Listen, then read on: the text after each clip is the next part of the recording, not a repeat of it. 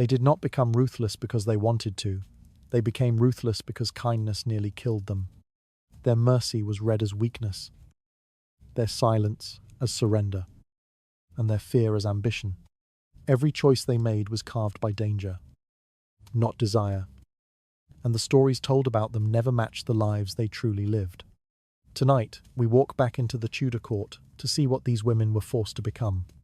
So, before you feel comfortable, take a moment to like the video and subscribe to the channel. Only if your heart truly wants to. If you do like it, leave a little comment letting me know what time it is, where you are. Now, dim the lights. Adjust the pillow to fit your head. Maybe turn on a fan to create a relaxing atmosphere. And let's begin this journey together tonight. If a woman in the Tudor court allowed even a trace of gentleness to guide her choices, she was already halfway erased. Her place beside a powerful man depended on sharp instincts, not kindness. Mercy, in that world, carried a quiet cost that only revealed itself when it was too late to undo. Those who entered the court as mistresses often believed that warmth might protect them, that sincerity might soften the edges of palace life. But the court had no patience for soft edges. Every smile was measured, every hesitation observed, and every act of compassion misread as a sign that she could be pushed aside without resistance. Life in the Tudor household moved with a rhythm that punished the slow and rewarded the unfeeling. Servants watched from corners, advisors whispered behind sleeves, and wives monitored every shift in attention. A mistress who paused to consider anyone's feelings, her own included, was already losing ground. Her survival depended not on being good, but on being unmovable. What outsiders often imagined as a romantic role was, in truth, a daily negotiation with danger. Comfort was a performance, affection a currency, and mercy a risk greater than scandal. Kindness left marks that others could exploit. A mistress who refused to humiliate a rival was labelled weak. One who hesitated to remove a threat was seen as unprepared. And when she tried to protect a servant or show pity to a neglected wife, she signalled to everyone that she lacked the hardness necessary to endure. In that environment, compassion did not elevate her character. It announced her vulnerability. The court absorbed weakness like smoke in a crowded room, spreading it until it touched every corner and exposed its source. The walls themselves seemed to encourage suspicion. Every creak of timber or shift of light reminded her that someone else was always watching. A single lapse in cold judgment could cost her the fragile space she occupied. Those who survived longest understood that appearances mattered more than intentions. They learned to hold their features still, to let their hands rest motionless, to speak words that gave nothing away. Even a moment of softness could invite consequences delivered in silence. An invitation withdrawn, a room reassigned, a door no longer open to her as it once had been. The saddest truth was that kindness could not be hidden. Rival mistresses sensed it immediately, as if they could smell it in the air. They tested it with small provocations, a stolen glance at the king, a careless remark meant to stir jealousy, a quiet rumour released into the servants' hall. When the gentle mistress refused to bite, they smiled. They knew patience would destroy her faster than hostility. Kindness made her predictable, and predictability made her disposable. The women who attempted to hold on to their softness often found themselves isolated. Servants who once smiled became formal. Advisors who once greeted her respectfully shifted their loyalties elsewhere. A mistress who had tried to spare the feelings of another woman would discover, too late, that pity was not returned. The court had no memory for her good intentions, only for the power she failed to maintain. Even the man who once favoured her could interpret mercy as disinterest. A mistress who did not fight for her position was assumed to no longer value it. The Tudor household rewarded visible ambition. Anything quieter was mistaken for surrender. When a mistress stepped back, even for a moment, the vacuum she left behind filled with whispers, accusations, and the ambitions of others. The shift could happen overnight. One evening, she sat at his side, and by morning, her room had been reassigned to someone who understood the rules more clearly. It is unsettling to imagine how quickly a woman could disappear from that world. One evening, she might pour wine at the king's table, her smile steady, her voice calm. The next day, her absence would pass without comment. Servants would remove her belongings quietly, as if erasing a mistake. No one spoke of her departure. Acknowledging her would mean acknowledging that vulnerability existed within their walls. The court preferred the illusion that only the strong remained. What made it cruelest was that many mistresses arrived, believing kindness might soften their fate. They carried memories of ordinary life, family warmth, childhood tenderness, and habits of empathy that once guided them. But the Tudor court functioned by different rules, and those rules demanded a shedding of softness. Mercy became a weight they were forced to drop, not because they wished to, but because they were taught that survival required transformation. The gentle parts of themselves became liabilities, and each day demanded another small betrayal of who they once were. The women who adapted learned to speak carefully, to calculate every gesture, to silence every instinct that once led them toward compassion. They replaced kindness with strategy, warmth with watchfulness. Their hearts did not grow cold. They were simply hidden so deeply that no one could reach them again. The court rewarded this concealment. The fewer emotions a mistress displayed, the safer she became. The safer she became, the longer she lasted. Yet even the strongest of them remembered the moment they realized mercy could not protect them.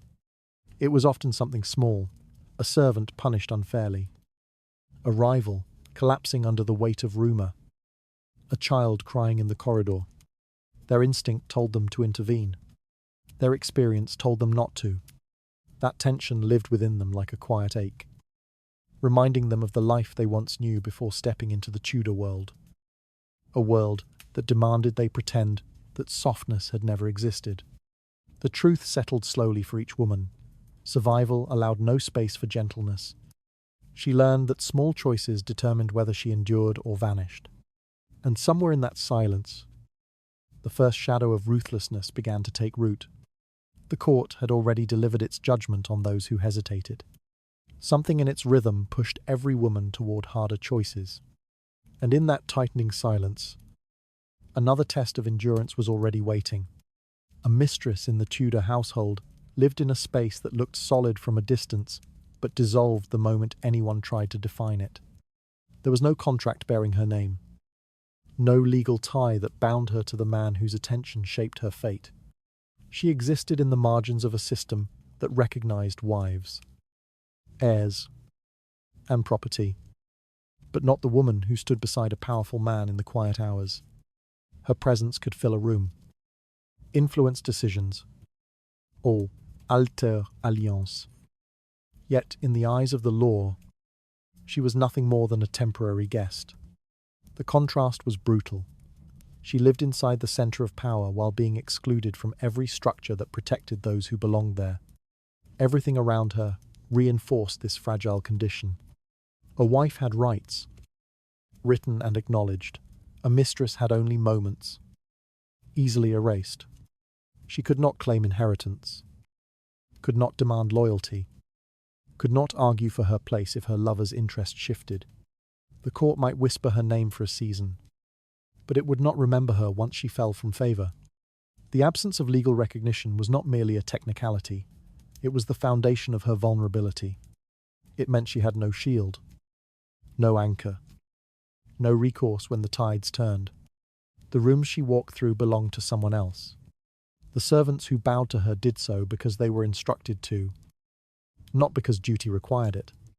Advisors flattered her because her influence held value, not because she held any established position. Even her clothing reflected this tension, finely made, richly colored, chosen to reflect access rather than legitimacy. She lived in a house where every object reminded her that she could be removed without notice. And nothing she owned would remain hers once the door closed behind her. Dependence shaped every hour of her life. Her safety, her comfort, her future. Each depended on the unpredictable mood of a single man. When he was present, she was visible. When he was absent, she faded from view. The law protected his wife, not her. If he grew distant, she could not appeal to any authority. She could not claim promises spoken in private or affection expressed in confidence. Her world was constructed from unrecorded moments, and unrecorded moments vanished easily. This instability bred a quiet anxiety that clung to her steps. Every glance from a rival felt sharper. Every shift in court politics carried danger. A mistress without legal standing had to read the smallest signals: a missing invitation, a shortened glance, a closed door where one used to open. These signs mattered more than proclamations or letters. They told her whether she was rising or disappearing. And once the disappearing began, it rarely stopped. Even the gifts she received were not truly her own. Jewels could be reclaimed. Rooms could be reassigned. Privileges could be withdrawn without explanation. Her identity depended on proximity to power. And power was never promised. The wife held her place through law. The mistress held hers through the fleeting, unstable currency of affection. She learned quickly that tenderness offered little protection. The court respected firmness, not dependence. The absence of legal status meant she could be removed silently. No public announcement was required. A new favorite could appear. And suddenly, she became an inconvenience. Servants would avert their eyes. Advisors would avoid her. Gossip would shift its tone. And if she attempted to question her fading relevance, she would be met with polite dismissal. The same people who once smiled warmly would now speak with measured indifference, reminding her of a truth she had tried to ignore. She was never guaranteed a place here. Some mistresses attempted to secure themselves through alliances, forming quiet bonds with influential servants, sympathetic courtiers, or discreet informants. But alliances between the fragile are rarely held. A whispered warning could help her survive a month, perhaps a season, but not a shift in the king's desire. And desire was the only force she could not control. Without a law to anchor her, she drifted wherever his interest directed. Her lack of legal standing also shaped how others treated her. A rival wife viewed her not as a political equal, but as a threat constructed entirely from instability. Courtiers treated her as an opportunity. Rivals saw her as a weak point in the structure of the household. Even the man she loved could see her position as optional. She occupied a territory defined by impermanence, and every person around her understood that better than she did. This fragility hardened her over time. She learned to enter rooms with careful neutrality, never clinging too tightly to the comforts offered. She trained herself not to believe in continuity. She memorized the expressions of those who held influence and the silences of those who hid information. She came to understand that her power existed only in the present moment. Yesterday was irrelevant.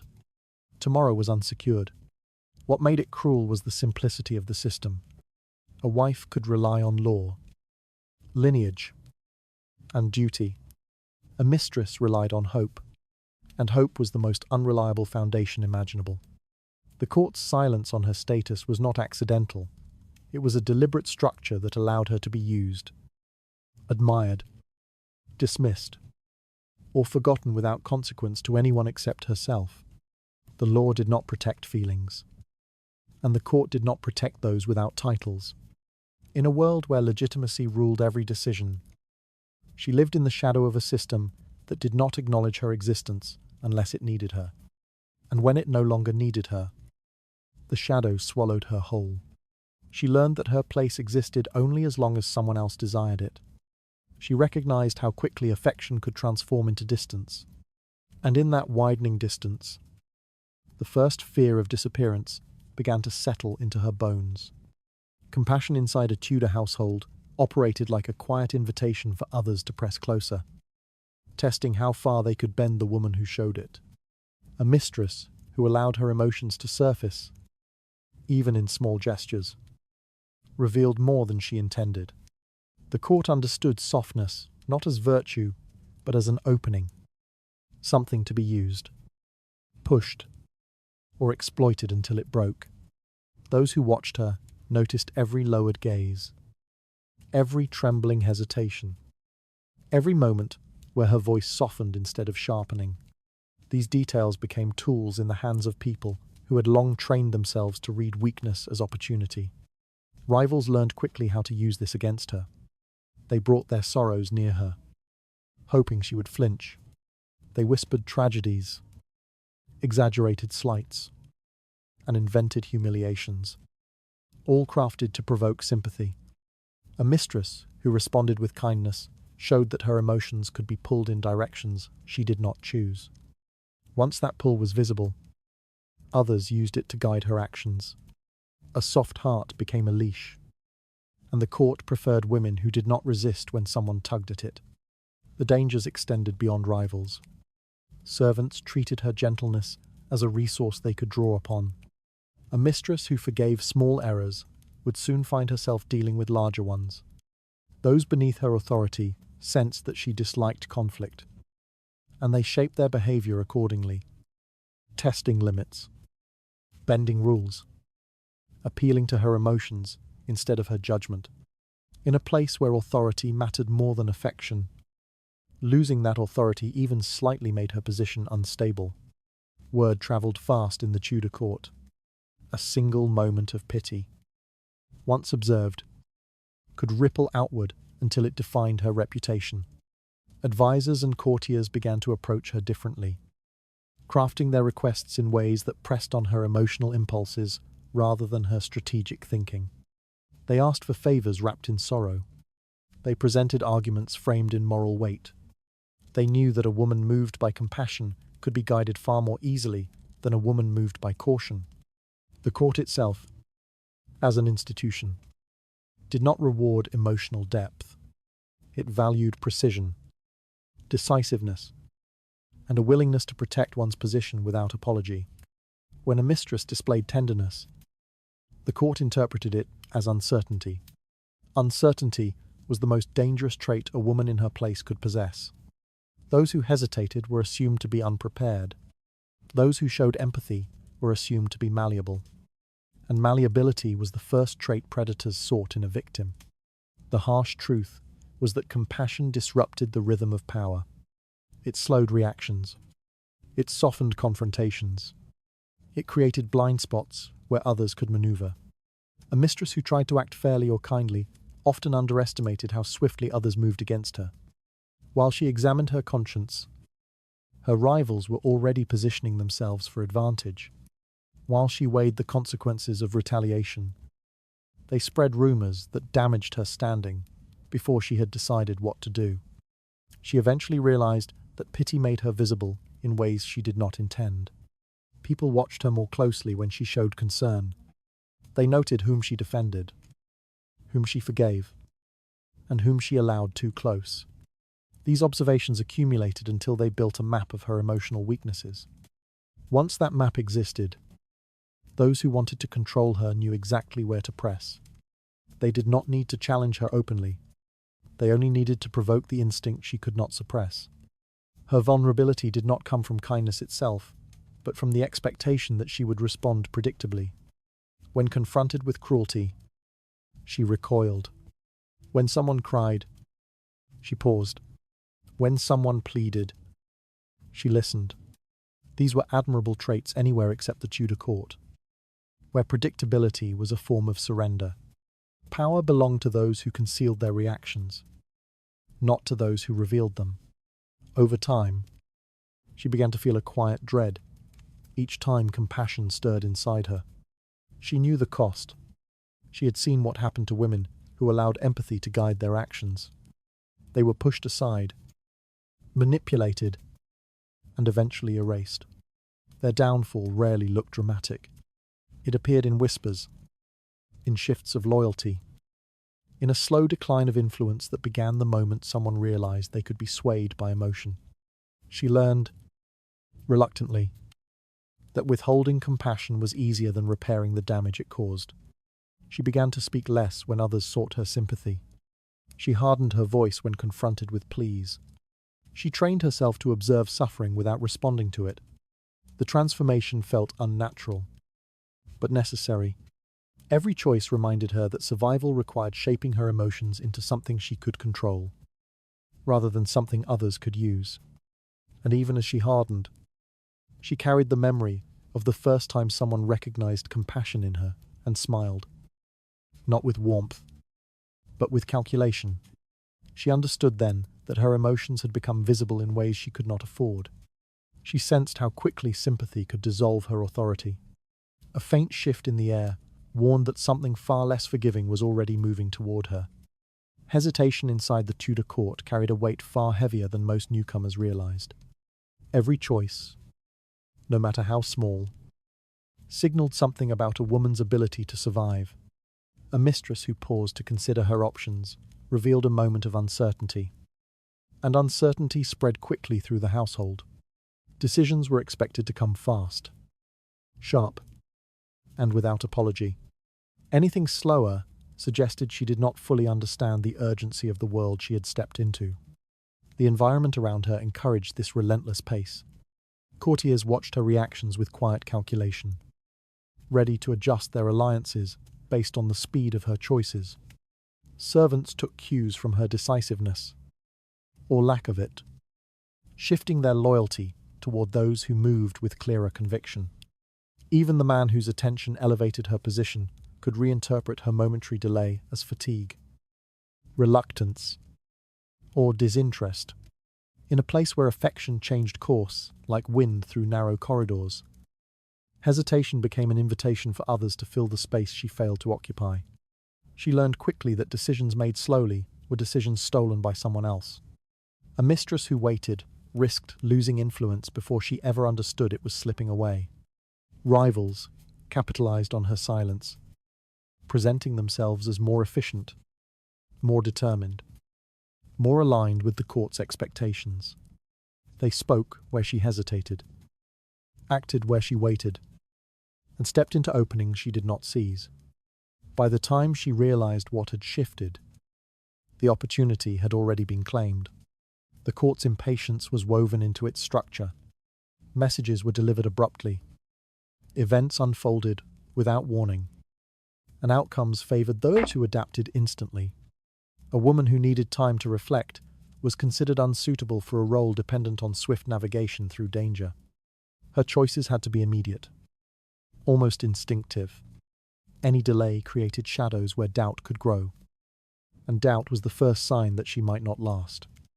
Even compassion, when combined with hesitation, became a liability.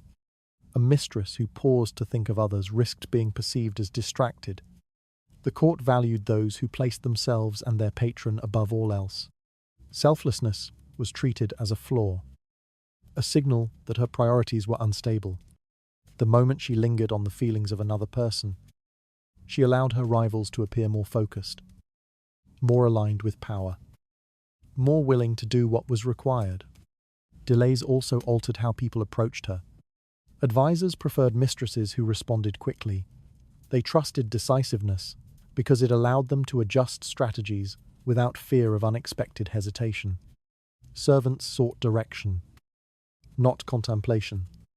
Even informal conversations shifted when she became known as someone who needed time to think. People stopped sharing secrets with her, believing she could not act fast enough to make use of them. Influence drained through these quiet changes long before she realized she had lost it.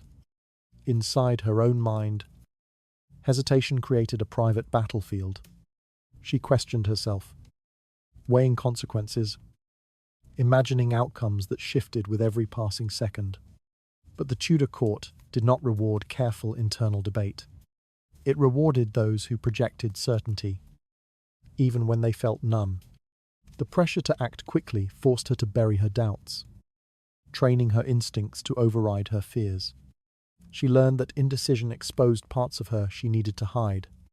The cruel truth was that no one waited for her to find her footing. The court moved forward regardless of her readiness. Events unfolded. Alliances shifted. And power restructured itself at a pace she could not slow. Her survival depended on stepping into that momentum rather than trying to catch up. A mistress who lagged would find herself standing alone in rooms that once welcomed her. Over time, she discovered that decisiveness was not a luxury but a requirement. It shaped her posture, her speech, the way she entered a room. She practiced responding before emotions could interfere. She gave orders with a firmness she did not always feel. She learned to mask her inner conflict behind expressions that revealed nothing. Each choice she made quickly reinforced her presence. Each hesitation chipped away at her relevance. Still, moments of reluctance lingered. There were decisions she wished she could approach with humanity. Choices involving servants, rivals, even other women caught in the same tangled hierarchy. But the court left no space for those impulses. The slower she acted, the more visible her conflict became, and visibility was a danger she could not afford. She learned that protecting herself meant moving forward even when she wished to pause. In time, she understood what the court had long known. Hesitation was simply a quieter form of surrender. She recognized how swiftly one brief pause could unravel her standing. She sensed pressure tightening around every choice she faced. Some quiet shift nearby hinted that hesitation would soon cost far more than she expected. Competition inside a Tudor household did not begin with open conflict. It began with the quiet knowledge that someone else was always waiting to take her place. A mistress stepped into a world where affection was divided before she even arrived, where loyalty shifted according to usefulness, and where her presence signaled opportunity rather than stability. No matter how favored she appeared, she understood that another woman could be introduced at any moment. Someone younger, sharper, more willing to abandon softness in exchange for survival. The court kept this threat close, allowing rivalry to ferment in silence. The uncertainty surrounding her position shaped every interaction she had. Servants watched her carefully, wondering whether she was a rising figure worth pleasing or a temporary presence they could ignore. Courtiers observed her influence with cool detachment, ready to redirect their loyalty the instant they sensed a shift. Even the man whose attention lifted her above the rest approached her with the subtle distance of someone who knew his preferences were never permanent. She remained aware that the admiration she enjoyed today could become indifference by morning. New rivals often appeared without warning. A sideways glance during a feast, a whispered conversation near a window, a small gesture in a crowded hallway. These were enough to signal that a new contender had entered the circle. The court recognized these signs instantly, adjusting its behavior with alarming speed. Conversations around her shifted. Laughter carried a different tone. Servants left the room more quickly. It was a choreography of subtle movements, all designed to inform her that she was no longer the only object of attention.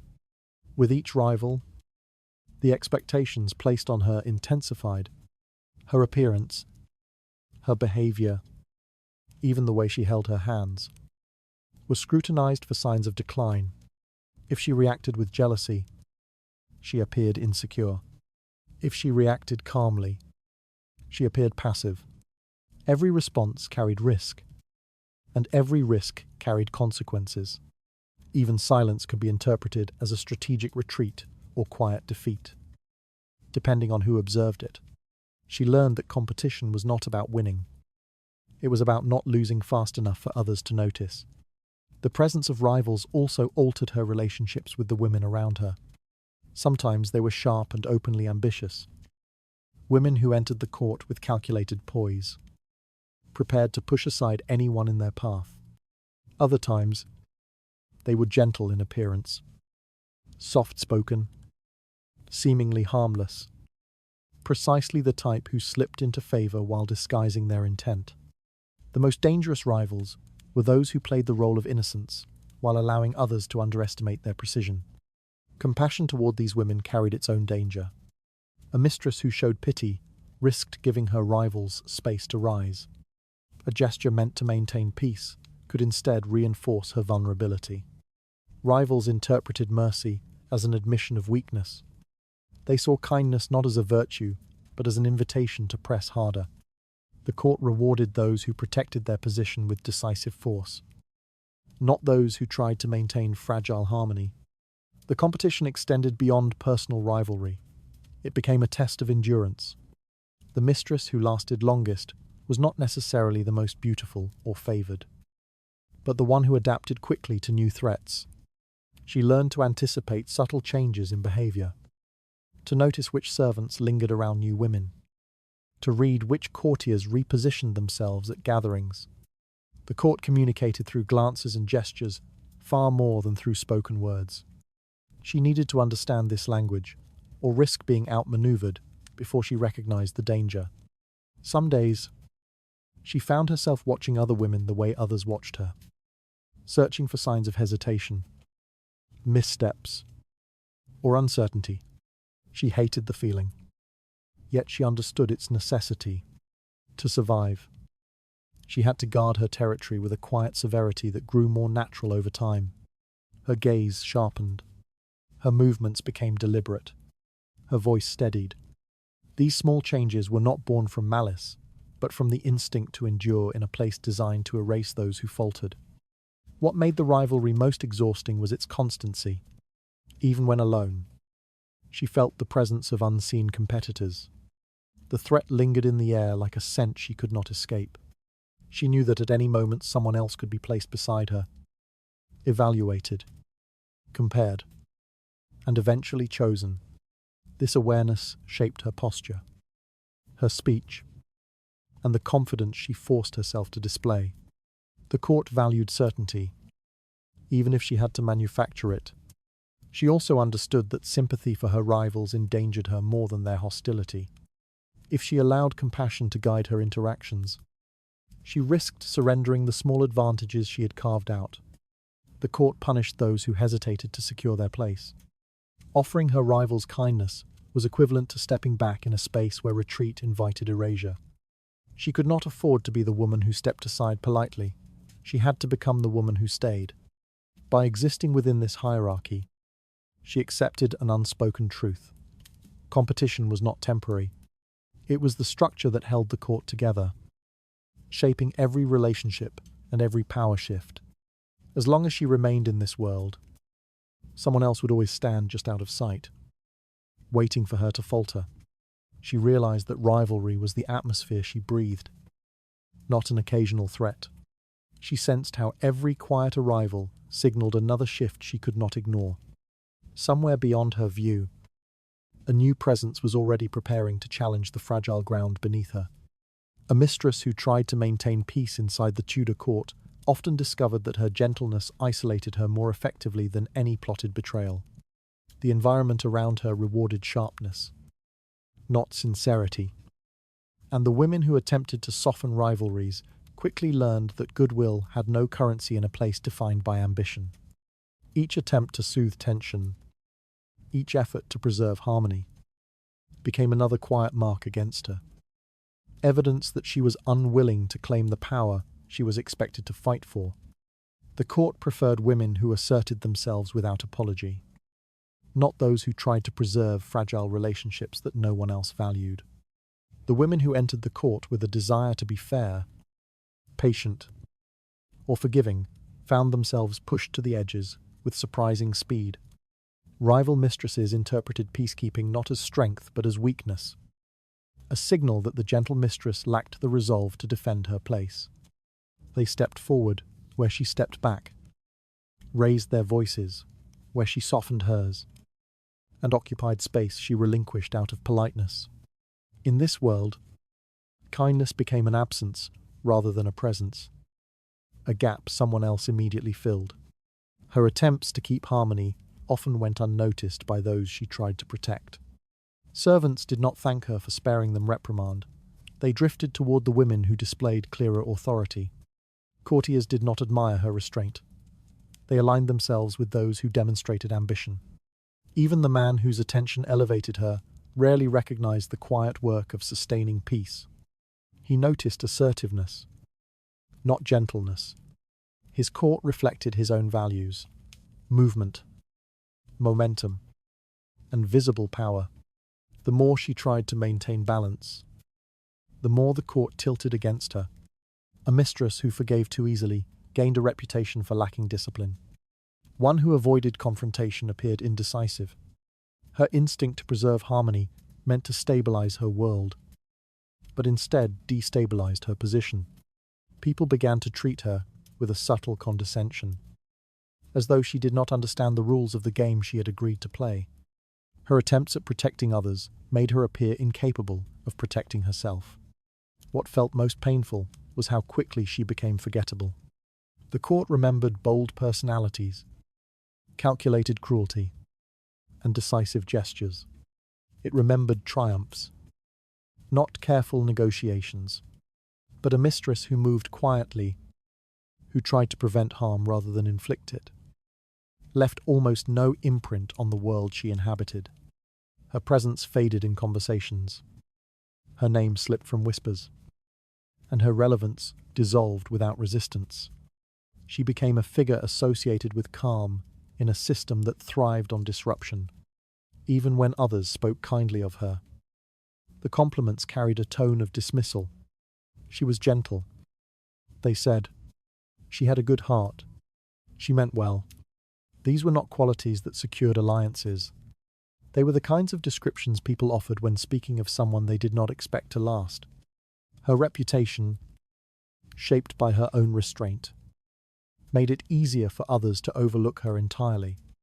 The most striking consequence of her gentleness was how thoroughly it isolated her during moments of crisis. When rumors spread, no one defended her. When rivals maneuvered, no one warned her. When decisions were made that affected her future, she was the last to know. In trying to be agreeable, she had failed to build the necessary connections that could keep her alive within the political structure of the court. She had spared others at the expense of herself. There was a quiet tragedy in how she disappeared. Her departure rarely involved scandal or confrontation. It unfolded gradually, through neglect rather than attack.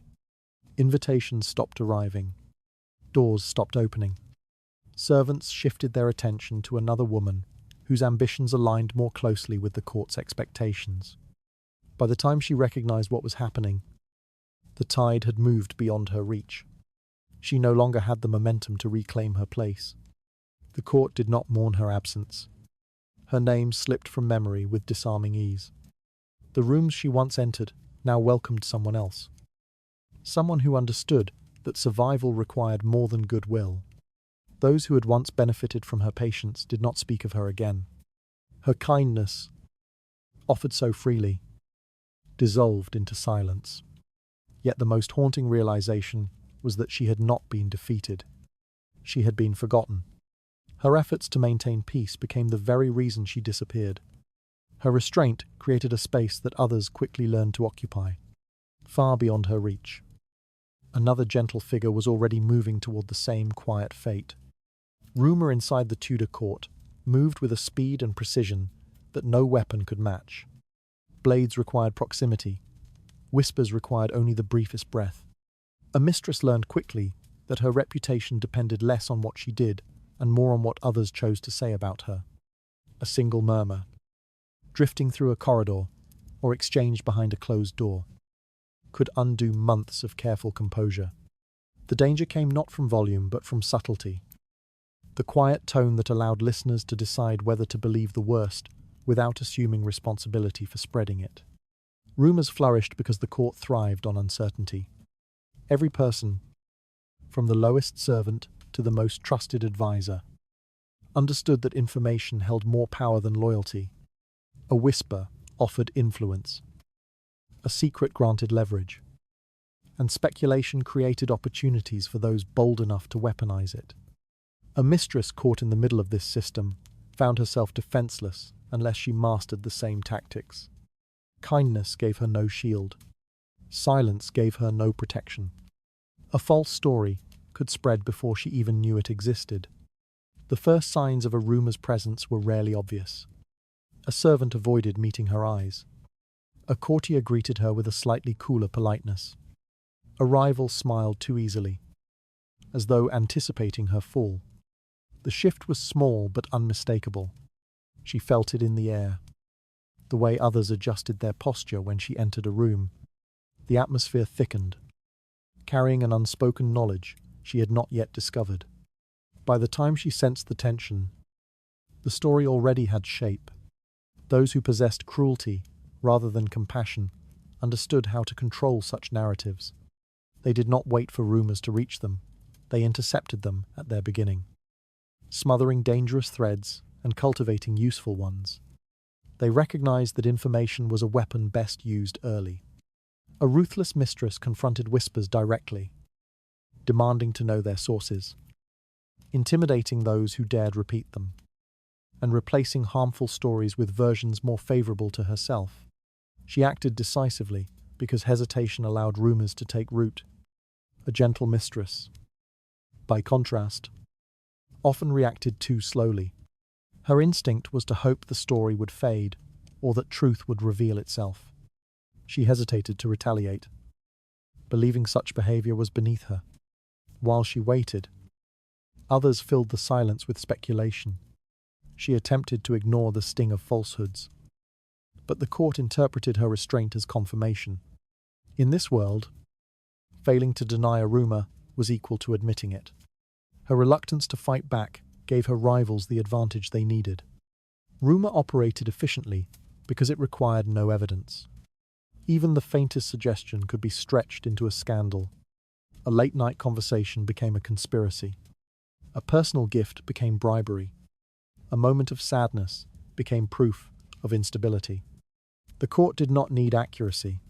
It needed entertainment, reshaping every detail into something more convenient or dramatic. A mistress who relied on truth alone found herself outnumbered by those who understood how easily truth could be replaced. What made these whispers so dangerous was their persistence. Long after the initial story faded, the stain it left behind remained. People remembered the feeling of suspicion, not the facts that disproved it. Once a rumor attached itself to her name, she had to work tirelessly to restore her standing, often without success. The court moved too quickly for full recovery. Another story soon emerged, not always connected to her but close enough to make her seem unstable again. She learned that the only effective defense was vigilance. She watched the expressions of others, listened to the pace of their speech, and memorized the small gestures that signaled when something had shifted. She took control of her public presence, making sure her actions left little room for distortion. She sought allies who valued accuracy, though such allies were rare. Most people preferred rumors because they shaped them into whatever version best served their ambitions. Still, the memory of her first rumor lingered. She remembered how powerless she felt, how swiftly her world shifted from secure to fragile, how isolating it was to hear her own name wrapped in doubt. The experience hardened her in ways she had not expected. She began to choose her words more carefully, to retreat from those who spoke too freely, to sharpen her gaze when others approached. She understood that survival required more than maintaining appearances. It required anticipating threats before they reached her. Rumor, she realized, was not merely a danger. It was the court's preferred method of reordering its hierarchy. She understood how a single whisper could dismantle everything she built. She sensed the weight of silence each time her name drifted through a room. Deep within the court's restless murmur, another unspoken story was already forming with her in its path. Silence inside the Tudor court carried a meaning that few women recognized until it was too late. A mistress who chose not to respond, who held her breath and waited for tension to pass, assumed that restraint would be seen as dignity. But the court did not read silence as dignity. I read it as surrender. Every unspoken word, every withheld protest, every quiet withdrawal became an opening for others to redefine her intentions, her strengths, and her place within the household. Those who stayed silent did not simply lose their voice. They lost control of the story being written about them. The court valued sharpness, not quiet. A mistress who responded swiftly and visibly earned respect, even if her tone bordered on confrontational. A mistress who remained silent invited others to speak for her. In a space where perception mattered more than truth, silence allowed rumors to settle, interpretations to harden, and false narratives to spread unchecked. The absence of her voice became a canvas others painted on, often with colors chosen to diminish her. She learned that those who stayed silent were rarely spared. A servant who made a mistake might interpret her quietness as disapproval or indifference, either of which weakened her authority. Rivals used her silence to frame her as timid or unsure. Courtiers interpreted her restraint as ignorance of political currents. Even the man whose favor defined her life might assume she lacked conviction. Each misreading chipped away at her position until she no longer recognized the influence she once held. Silence, in the Tudor court, had weight, but rarely the weight she intended. It became a pause others rushed to fill. A quiet moment during a dispute signaled weakness. A delayed answer suggested fear. A calm reaction was mistaken for resignation. The court craved movement, declarations, and visible strength. Anything softer was dismissed as hesitation. She discovered that remaining still when others pushed was not interpreted as control but as collapse. Her silence also created practical dangers. If she did not defend herself swiftly against the accusation hardened. If she did not challenge a rival's advance, the rival's claim seemed valid. If she did not correct a misunderstanding, the misunderstanding became fact. The court rewarded those who took immediate action, not those who waited for clarity. In this place, clarity never arrived on its own. This pressure forced her to confront the uncomfortable truth that silence protected nothing. It did not shield her from gossip or conflict, it amplified both. She began to notice the subtle shifts that followed each quiet moment. Servants exchanging glances, advisors withholding information, rivals still closer with confident smiles. Every time she chose not to speak, she inadvertently taught others that she would not fight back. The danger was not only in how others perceived her silence, but in how they used it to define her role. Those who saw her as passive expected her to remain so. They assigned her traits she did not claim, motives she did not possess, and limitations she did not accept. Her identity, once shaped by her own presence, became shaped by their interpretations. She understood then that failing to assert herself meant allowing the court to create a version of her she could not recognize and could not escape. Even when she wished to speak, the moment often passed too quickly. The court moved with relentless speed, shifting topics and loyalties before she had time to form the words she wanted to say. By the time she gathered her thoughts, decisions had already been made without her. She felt herself sinking beneath conversations she had not joined and alliances she had not influenced. Silence, however intentional, pushed her further from the center of power, yet breaking the silence carried its own risks. To speak too forcefully invited accusations of aggression. To speak too softly invited dismissal. She had to find a balance that allowed her to maintain authority without appearing desperate. The struggle exhausted her. Each word required calculation. Each pause required caution. Still, she kept learning, painfully. That silence invited interpretations she could not control. Over time, she discovered that reclaiming her voice did not require loudness. It required precision. She learned to speak at the right moments, to interrupt gently but firmly, to correct misinformation before it hardened, and to assert boundaries without apology.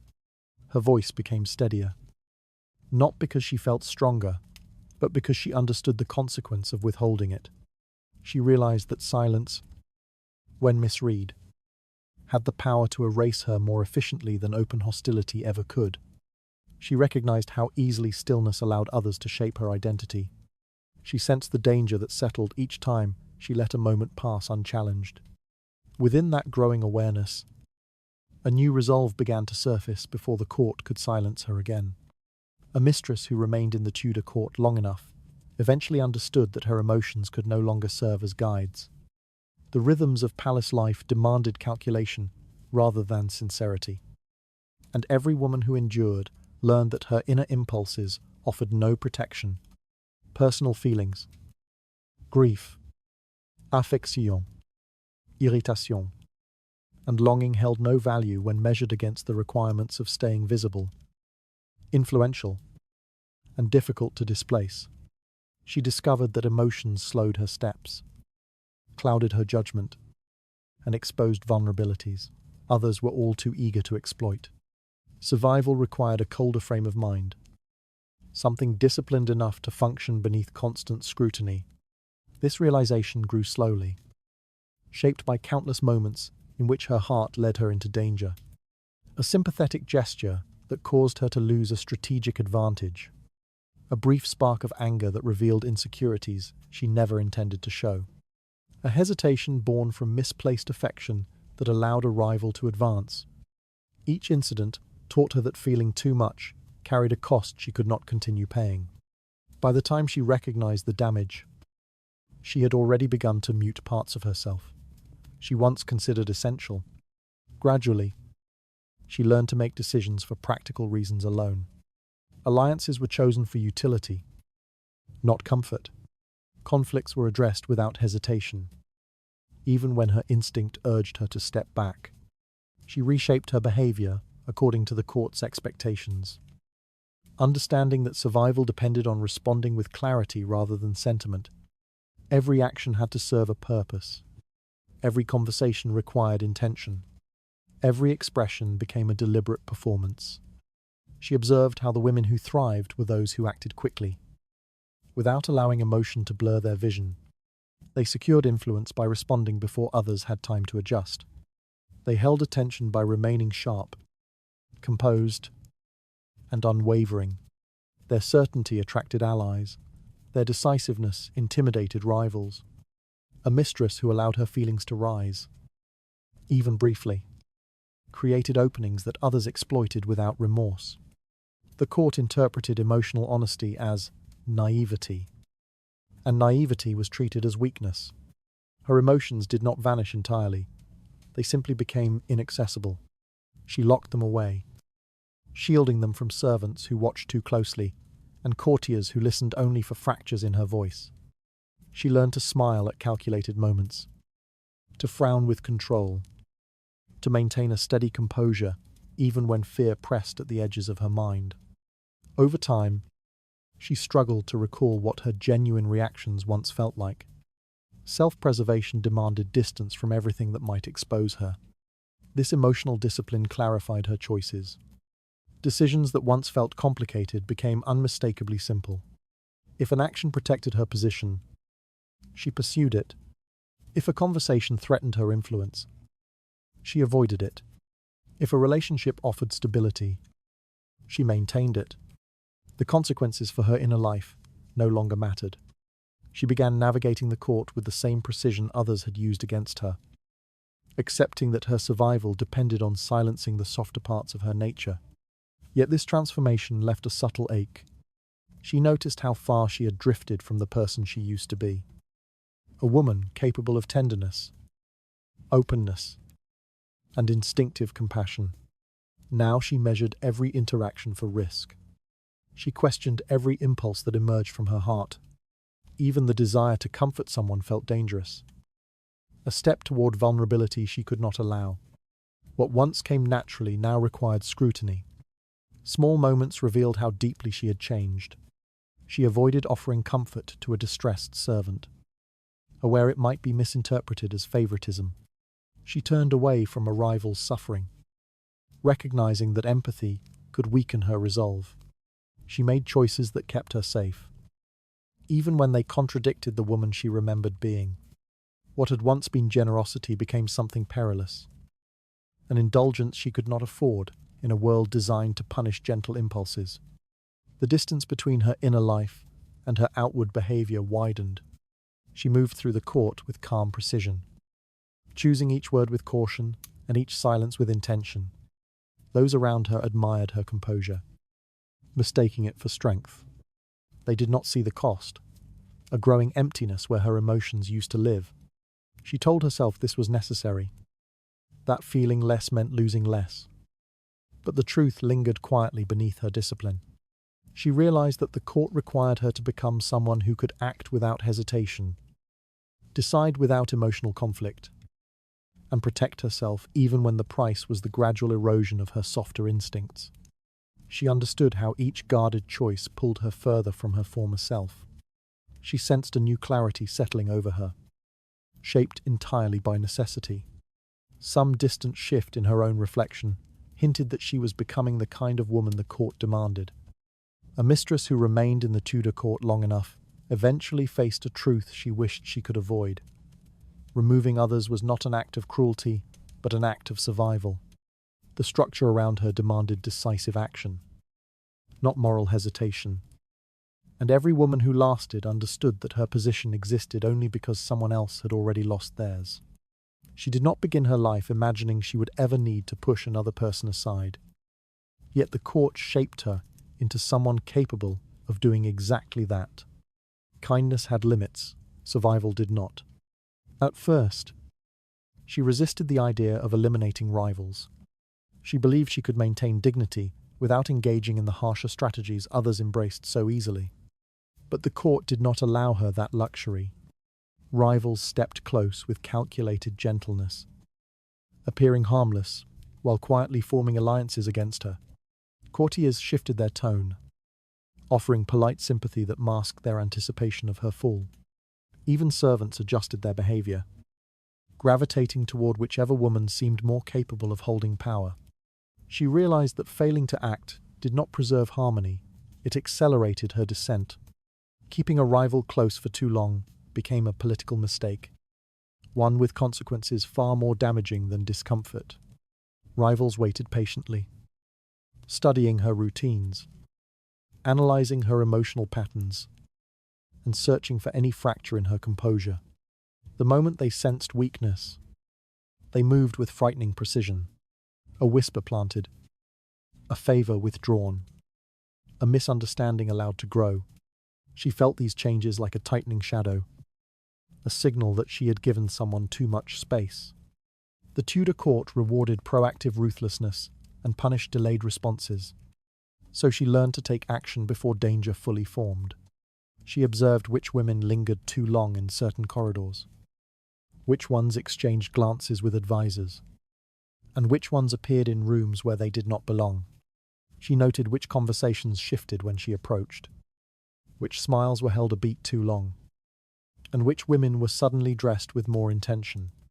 These small signals became warnings, warnings she could not ignore. If she waited for undeniable proof, the proof would arrive too late to save her. Her actions did not always involve open confrontation. Often, they were subtle adjustments, distancing someone from influence before they gained momentum. She redirected attention, disrupted budding alliances, or planted quiet doubts that encouraged others to remain wary of a potential rival. Nothing she did was malicious. It was protective. The court did not reward purity of intent. It rewarded survival carried out with precision and silence. As she adapted, she discovered that decisiveness became its own form of stability. Acting early allowed her to maintain control of her narrative. Removing a threat before it fully emerged prevented rumors from taking root and ambitions from solidifying. She understood that hesitation invited chaos, but clarity restored balance. Each decision shaped her reputation, not as someone cruel, but as someone who understood the rules of the world she inhabited. Those who acted firmly were respected. Those who hesitated were removed. The transformation that allowed her to do this came quietly. She found herself thinking strategically rather than emotionally, calculating outcomes rather than hoping for fairness. The court had stripped away her earlier illusions. She no longer believed she could protect everyone. She no longer believed every woman deserved leniency. She no longer believed she could remain untouched by the competition around her. Survival demanded a version of herself she once would have feared. A woman capable of making hard decisions without letting regret slow her down. Yet she still felt the weight of each choice. Every removal carried a faint echo of discomfort, a reminder that she had crossed another threshold she once thought she would never approach. But the court offered no alternatives. Regret did not restore her position. Mercy did not stop rivals from advancing. She understood that enduring required embracing the hardness others expected from her. Even if she mourned the person she used to be, her rivals saw only the final result, not the internal struggle. They interpreted her firmness as ambition, her precision as coldness, her decisions as predetermined. They rarely considered how much she resisted before accepting what needed to be done. In their eyes, she had become like them, a woman who played the game with steady hands and an unreadable expression. They did not realize that survival had pressed her into this shape, not desire. She realized that eliminating others was not a mark of who she was, but a requirement of the world surrounding her. The court had taught her relentlessly that goodness offered no shield, hesitation offered no mercy, and allowing threats to linger ensured her own downfall. She understood how each early decision protected the fragile ground beneath her. She sensed the growing edge within herself, sharpened by the court's demands. In the stillness around her, a quiet tremor hinted that another test of resolve was already forming. She learned, slowly and painfully, that survival in the Tudor court had little to do with goodness. Virtue did not secure a place. Kindness did not protect a woman from being pushed aside. The women who lasted were not the gentle ones, but the ones who understood how to silence their softer impulses. The court admired composure, decisiveness, and an unshakable emotional distance. These qualities signaled strength. They signaled endurance. They signaled a woman who would not collapse under pressure. A mistress who carried too much warmth, too much sympathy, or too much hesitation was noticed only briefly, right before she disappeared. Her early days had been shaped by a naive belief that sincerity could win respect. She tried to navigate conflicts with grace, speaking softly, avoiding confrontations, and offering consideration even to those who undermined her. She imagined that fairness would be returned to her, that decency might soften the sharp edges of court life. But the court did not interpret gentleness as wisdom. It interpreted gentleness as weakness. And weakness, once identified, became an invitation for others to advance at her expense. She watched the pattern unfold around her. The women who entered with kindness often appeared promising, admired for their calm demeanor and their balanced temperaments. Yet within weeks or months, they faded into irrelevance. Their reluctance to defend themselves became their undoing. Their inability to act quickly in moments of danger allowed rivals to overtake them with ease. She noticed how quietly it happened. No dramatic event, no loud downfall, just a slow erosion of influence until they were no longer seen. Their disappearance rarely drew comment. Meanwhile, the women who endured displayed a clarity that bordered on coldness. They acted before they felt. They decided before they doubted. They protected themselves with precision rather than hope. These women struck early, cut ties abruptly, and stepped into openings the moment they appeared. Their survival was not a matter of luck. It was the result of refusing to let emotion interfere with strategy. She studied them carefully, recognizing that their success came not from cruelty, but from discipline. Discipline she had not yet fully learned. The court rewarded this emotional control. Advisors, courtiers, and even servants gravitated toward women who appeared unshakable. Power gathered around those who remained steady when others trembled. A mistress who could navigate betrayal without flinching, who could respond to danger without letting fear cloud her judgment. became someone the court respected. Her detachment made her predictable in the only way that mattered. She would not break when pressure increased. She began to imitate this composure. She taught herself to pause before responding, to narrow her reactions until they became nearly invisible. When threatened, she forced her voice to remain steady. When insulted, she let her face remain still. When anxious, she buried the sensation deep inside her body where no one could find it. The court did not need to know what she felt. It needed to see only what she allowed to show. And what she showed was control. Acting first became another essential habit. She discovered that in the court, waiting was the most dangerous choice a woman could make. Hesitation left room for whispers, alliances, and betrayals to form in the shadows. The women who survived rarely waited for proof of danger. They responded as soon as they sensed imbalance. A rumor, a glance, a shift in tone. These were signals that required immediate action. She began to move with this same urgency, refusing to let emotion slow her hand. This transformation was not comfortable. Each step toward coldness felt like a step away from the person she once believed herself to be. But the court demanded that she adapt. To remain soft would be to vanish. To remain sentimental would be to lose everything. If she wanted to stay, she needed to become the kind of woman who could make difficult choices without letting her conscience linger too long. The court had no patience for internal conflict. Over time, she accepted what the court had taught her.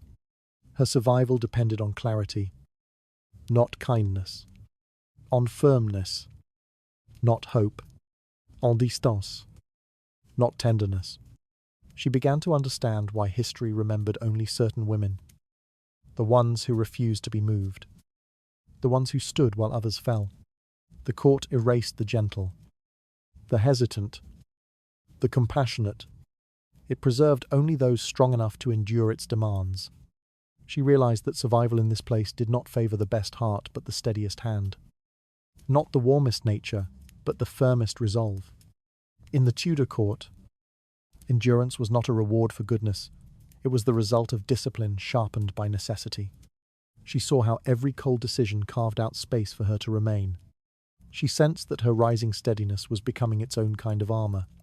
Through the quiet tension surrounding her, something hinted that even greater demands on her strength were approaching. She soon discovered that mercy, in the Tudor court, was not interpreted as virtue. It was read as reluctance, as uncertainty, as a quiet rebellion against the expectations placed upon her. Every gesture of leniency cast a thin shadow over her loyalty, and those in power watched for these shadows with an almost obsessive vigilance. The court wanted commitment that looked like firmness, not conscience. For a mistress, attempting to survive within its walls, compassion carried consequences she could not allow herself to ignore. She learned this through watching others fall. A woman who forgave a rival was seen not as gracious but as dangerously indecisive. Her kindness suggested split allegiances, an unwillingness to support the hierarchy that sustained her. The court interpreted forgiveness as a space where doubt could grow. Advisors murmured that such softness hinted at private loyalties, perhaps even subtle alliances. Even the smallest mercy looked like a step away from obedience. The mistress who offered it never realized how quickly her intentions could be distorted. She began to see how suspicion functioned in the environment around her. The court examined behavior through a narrow lens, one sharpened by fear and ambition. If she hesitated to retaliate, the hesitation was interpreted as sympathy. If she allowed a rival to recover from a misstep, that recovery was seen as evidence of collusion. If she attempted to ease tensions, her efforts were framed as weakness. The court resisted nuance. It demanded clarity that resembled ruthlessness. And those who failed to meet that expectation found themselves isolated before they understood what had happened. The difficulty lay in how quietly these judgments formed. A single moment of compassion, a softened tone, a forgiving glance, a delayed reaction, could ripple across the court like an unspoken warning. People shifted their attention. Servants exchanged looks. A few advisors withdrew small courtesies they had once offered freely. She felt these changes before she fully understood their meaning. Mercy did not remain private. It reshaped her reputation in a matter of days. She realized she was being measured by standards that allowed no room for gentleness. So she began to harden her responses. She acted quickly when confronted with threats. She refused to let rivals linger in her orbit. She denied opportunities for reconciliation. Even when part of her wanted to step back from conflict, every decisive act became a declaration of allegiance. Each time she demonstrated firmness. The court relaxed its scrutiny. She learned that loyalty was proven not through words, but through the willingness to stand with the dominant forces of power, even when the cost weighed heavily on her. She did not act out of malice. She acted because the alternative would be interpreted as something far more dangerous. Any woman who showed mercy risked being seen as harboring sympathy for the enemy. And sympathy was a form of disobedience. In the eyes of the court, unity required severity. The mistress who wanted to remain needed to show that she understood the system, that she accepted its expectations, that she would not allow her conscience to interfere with its demands. This requirement created a subtle fracture within her. Each time she suppressed a merciful impulse. She felt the tension between who she was expected to be and who she once believed she was. The fracture widened as she watched others suffer consequences she might once have tried to prevent. But she understood that intervening would jeopardize not only her place, but the delicate structure of trust she had worked so hard to maintain. Her safety depended on demonstrating that her loyalty was unwavering. Even when the effort left her feeling hollow, the court rewarded her discipline. People who once doubted her grew more comfortable in her presence. Advisors spoke to her with greater openness. Courtiers included her in conversations they had previously withheld. She recognized that her reputation had shifted. She was no longer perceived as someone who struggled with the weight of compassion. She was becoming someone the court could rely on. Someone who acted as required. Someone whose allegiance appeared solid and uncomplicated. Yet the cost remained. She carried the knowledge that each firm decision distanced her further from softer instincts she still felt in fleeting moments. To survive, she had to bury these impulses beneath layers of practiced resolve.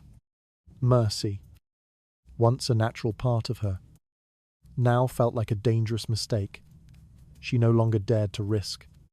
She understood that in the Tudor court, loyalty was validated not through devotion but through the quiet elimination of hesitation. She learned to move with a kind of controlled efficiency, silencing not only threats, but also the parts of herself that questioned the necessity of such harshness. Her actions became a language the court understood. Precise, firm, consistent. Her restraint was interpreted as strength. Her decisiveness was interpreted as honor. Her refusal to forgive was interpreted as loyalty. She realized that survival required proving again and again that her allegiance belonged fully to power, not to her own conscience. She recognized how each restrained impulse strengthened the image others expected from her. She sensed the distance forming between loyalty and humanity within her daily choices.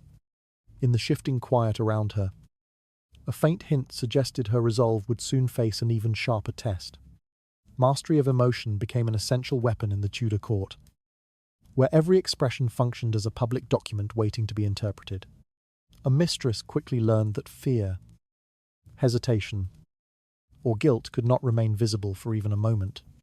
The court dissected every flicker of the eye, every pause in speech, every shift in posture. Displays of vulnerability encouraged rivals, stirred suspicion among advisors, and opened doorways for manipulation.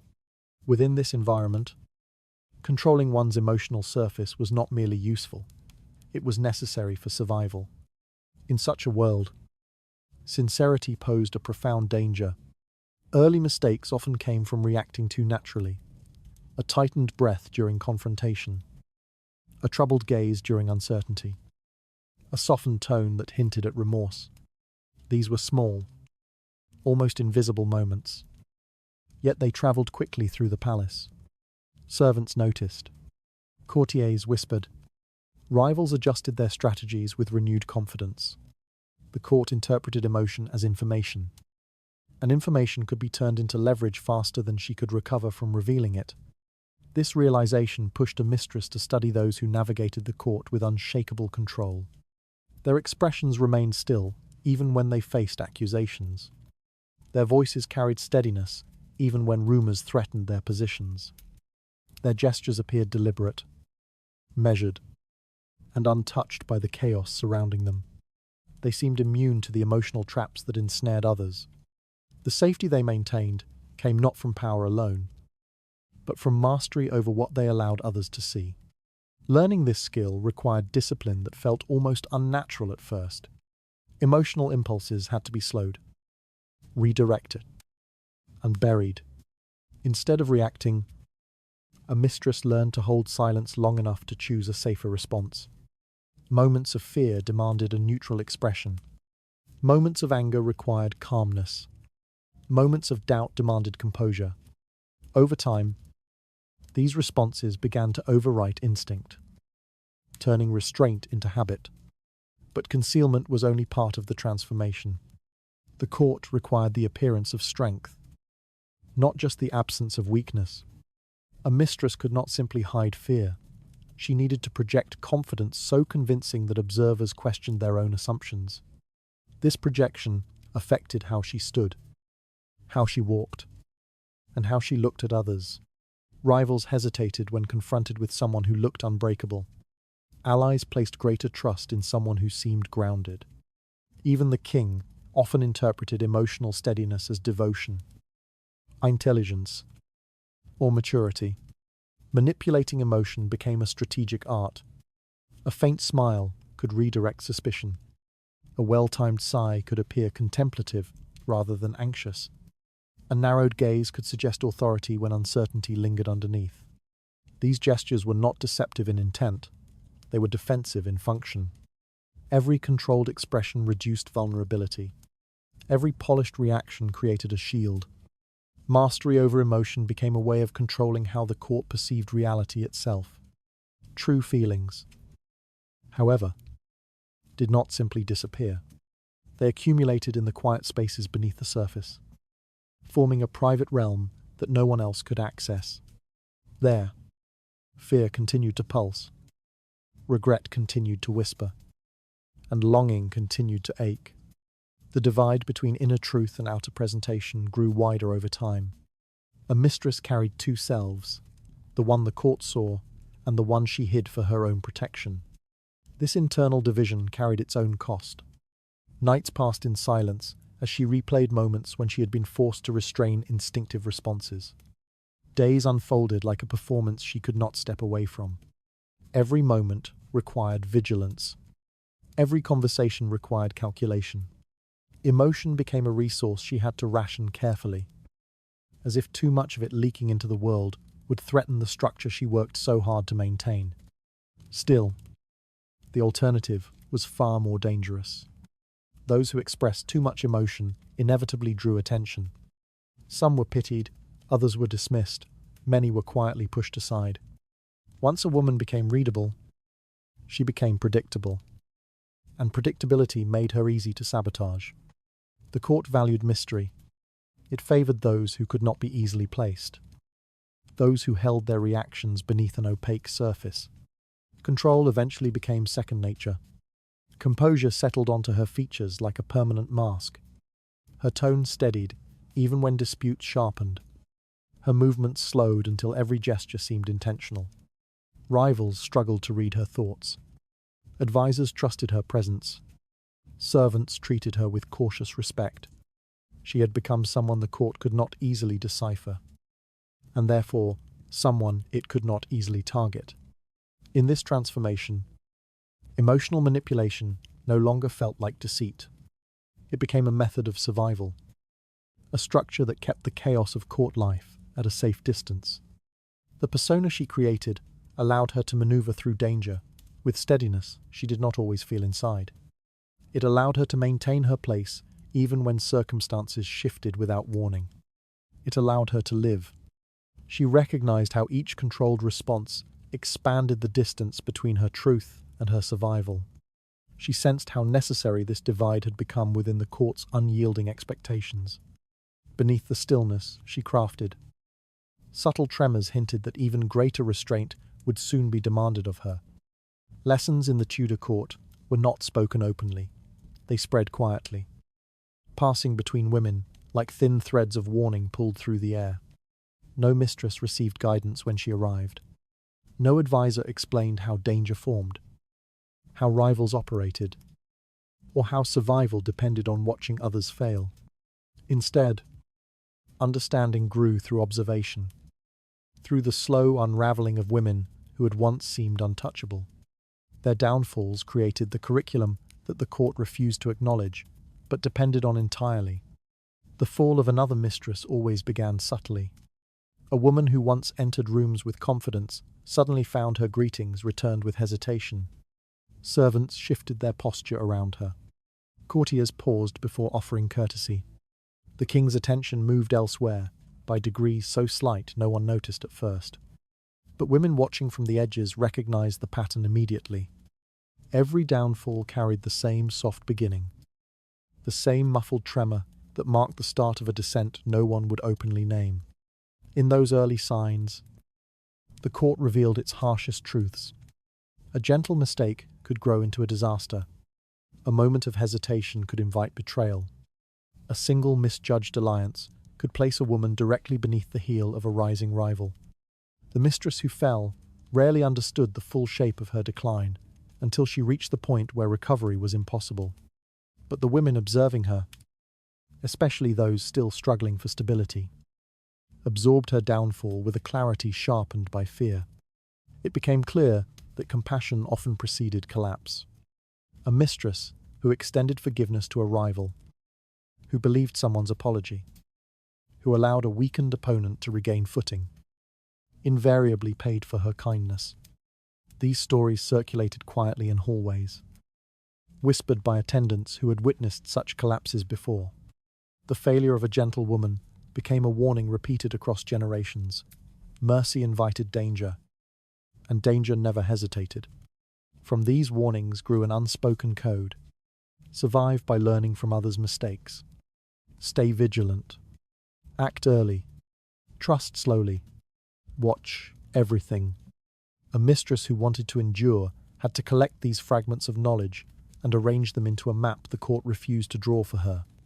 Each lesson sharpened her instincts, teaching her how to read shifting loyalties before anyone spoke, how to sense the weight of a rumor before it spread, how to anticipate betrayal before it arrived at her doorstep.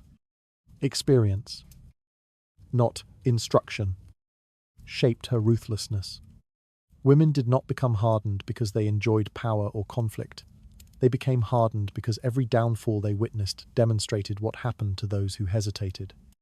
The court did not forgive softness. The court did not reward fairness. The court did not protect a woman simply because she meant well. If anything, good intentions marked her as easy prey. So the surviving mistresses learned to study failure as carefully as others studied scripture. A sudden disappearance revealed what happened when a woman delayed too long. A severed alliance demonstrated the danger of trusting the wrong person. A quiet funeral reminded everyone how quickly a life could be swallowed by political shifts. And long before she faced such moments herself, a mistress internalized these silent lessons until they shaped her behavior more strongly than her own nature. Patterns emerged that no one had to speak aloud. When a rival approached with softness, danger always followed. When a servant withdrew loyalty, shifting alliances had already begun. When the king's gaze lingered elsewhere, power had started to slip. These truths circulated through the court like a second language. One learned not through grammar, but through grief. Over time, a mistress came to rely on these unwritten teachings more than anything she felt inside. Instinct replaced idealism. Awareness replaced innocence. Even her sense of morality shifted, bending beneath the weight of what she had seen. She did not become ruthless because the court encouraged cruelty. She became ruthless because every failure she witnessed warned her that refusal to be ruthless ensured her own destruction. Women who lasted longest were those who understood how to convert other people's tragedies into personal instruction. Their eyes sharpened, their movements slowed, their judgment deepened. They became less reactive and more observant, less trusting and more discerning. They learned to anticipate patterns without waiting for confirmation. For confirmation often arrived too late. In private moments, memories of fallen women surfaced like ghosts. Faces once bright, voices once confident, now reduced to cautionary whispers, passed through the back corridors. Their stories served as the only guidance the court offered. Their absence became the foundation on which the survivors built their strategies. Each downfall carved knowledge into the women who remained, ensuring the cycle of learning never stopped. She understood how each collapse she witnessed deepened the instincts that kept her safe. She sensed how survival demanded absorbing every silent warning with absolute clarity. Beyond the quiet rustle of the court, a faint disturbance suggested another test of judgment was already moving toward her. Nothing in the Tudor court offered permanence, not even for those who seemed most secure. A mistress lived each day with the awareness that tomorrow's position might look entirely different. Stability existed only in appearance. A thin surface stretched over constant uncertainty. Beneath that surface lay shifting alliances, unpredictable tempers, and dangers forming in silence. The court never guaranteed survival. It merely allowed a woman to remain until someone else became more useful, more favored, or more strategically valuable. This understanding settled slowly into a mistress's mind, shaping her thoughts from morning to night. Each new day felt like a test she had not been told to prepare for. A test whose rules changed without warning. A gesture that seemed harmless on Monday might be interpreted as an insult by Wednesday. A word spoken in confidence might reach the wrong ears by evening. Even silence could be misread. Security lasted only as long as no one decided to challenge it. And challenges arrived without mercy. The unpredictability of life in the court affected everything. A mistress learned not to affection alone, for affection shifted with moods, politics, and opportunity. She learned not to trust favor, for favor could vanish as suddenly as it appeared.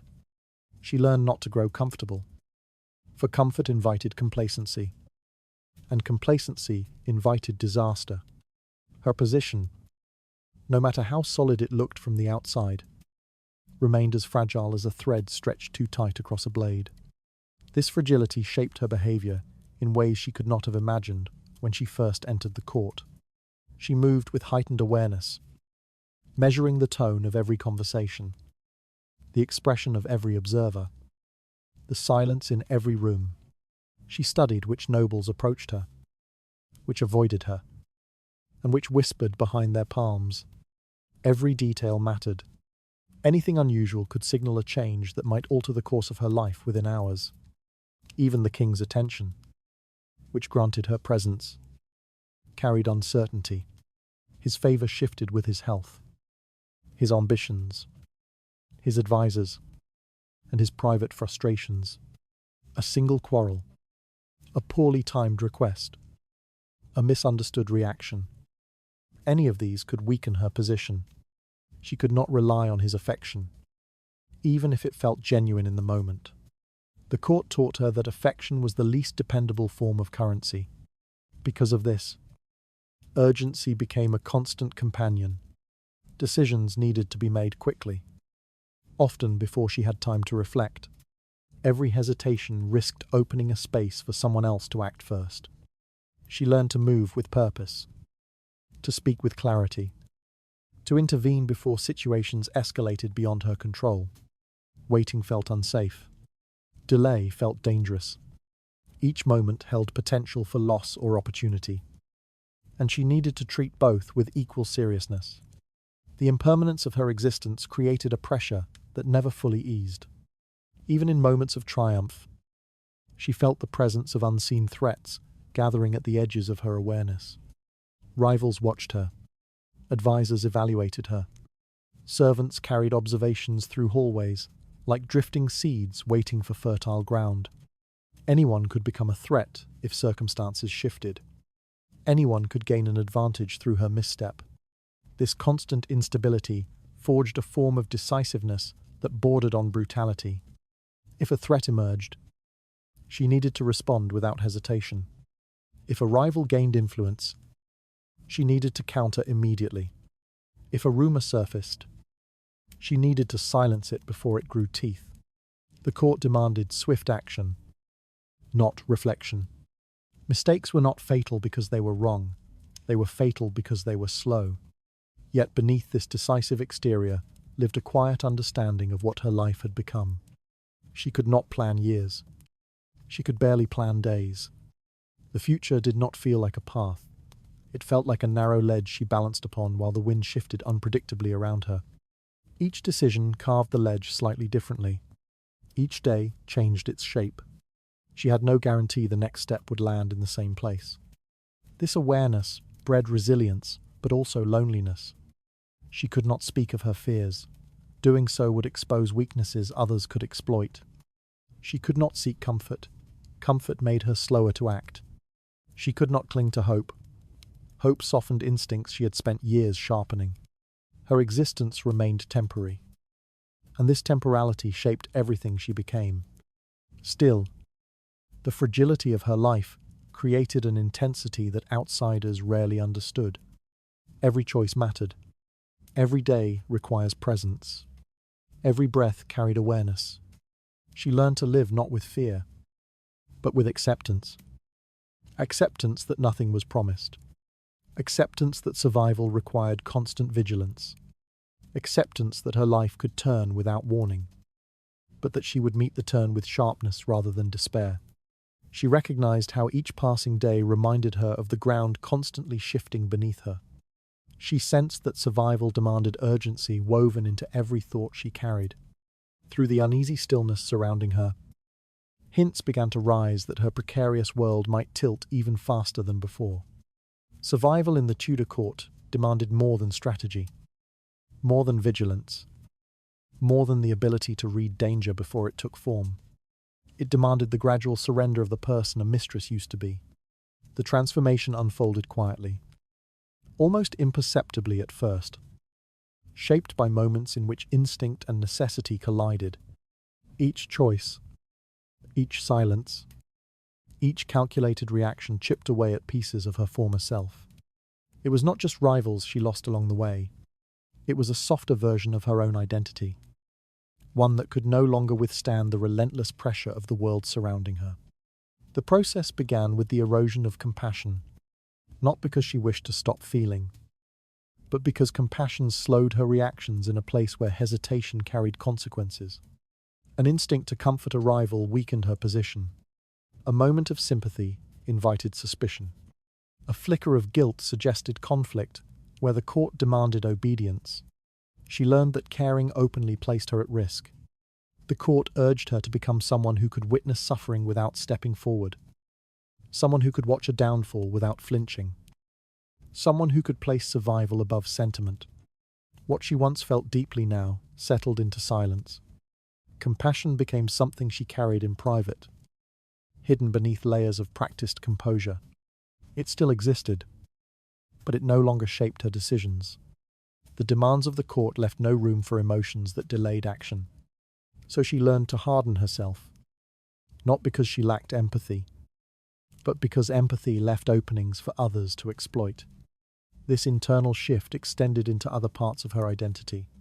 She found herself losing the ability to trust as easily as she once had.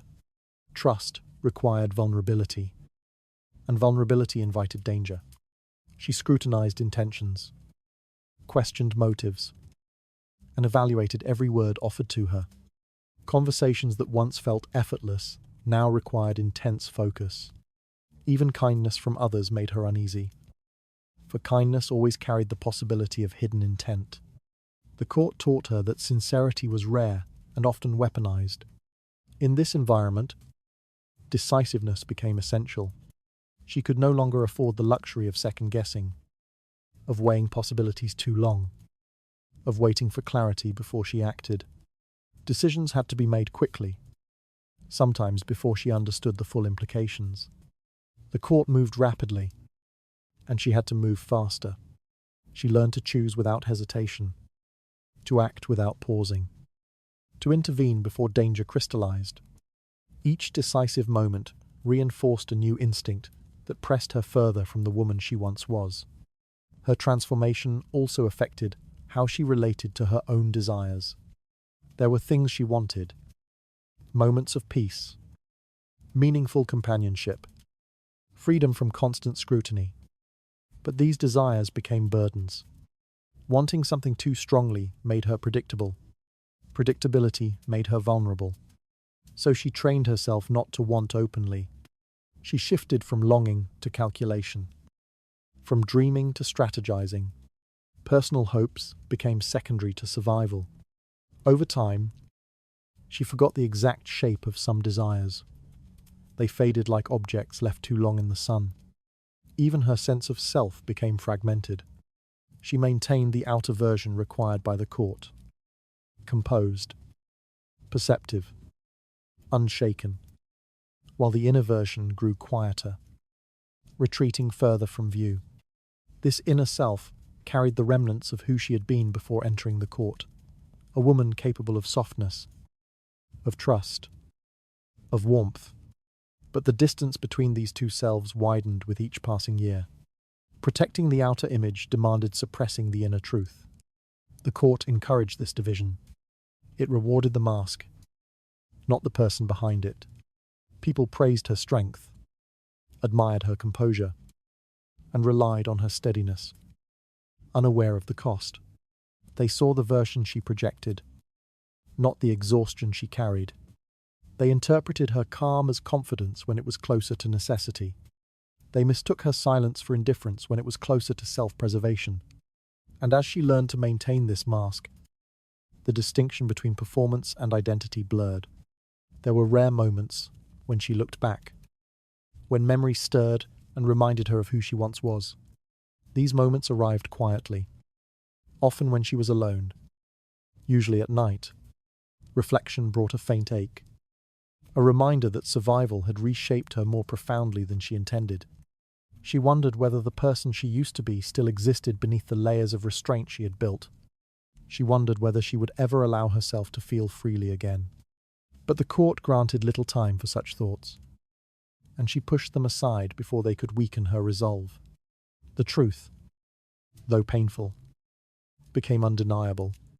Survival in the Tudor world required not just skill, not just awareness, but the gradual surrender of innocence, gentleness, and hesitation.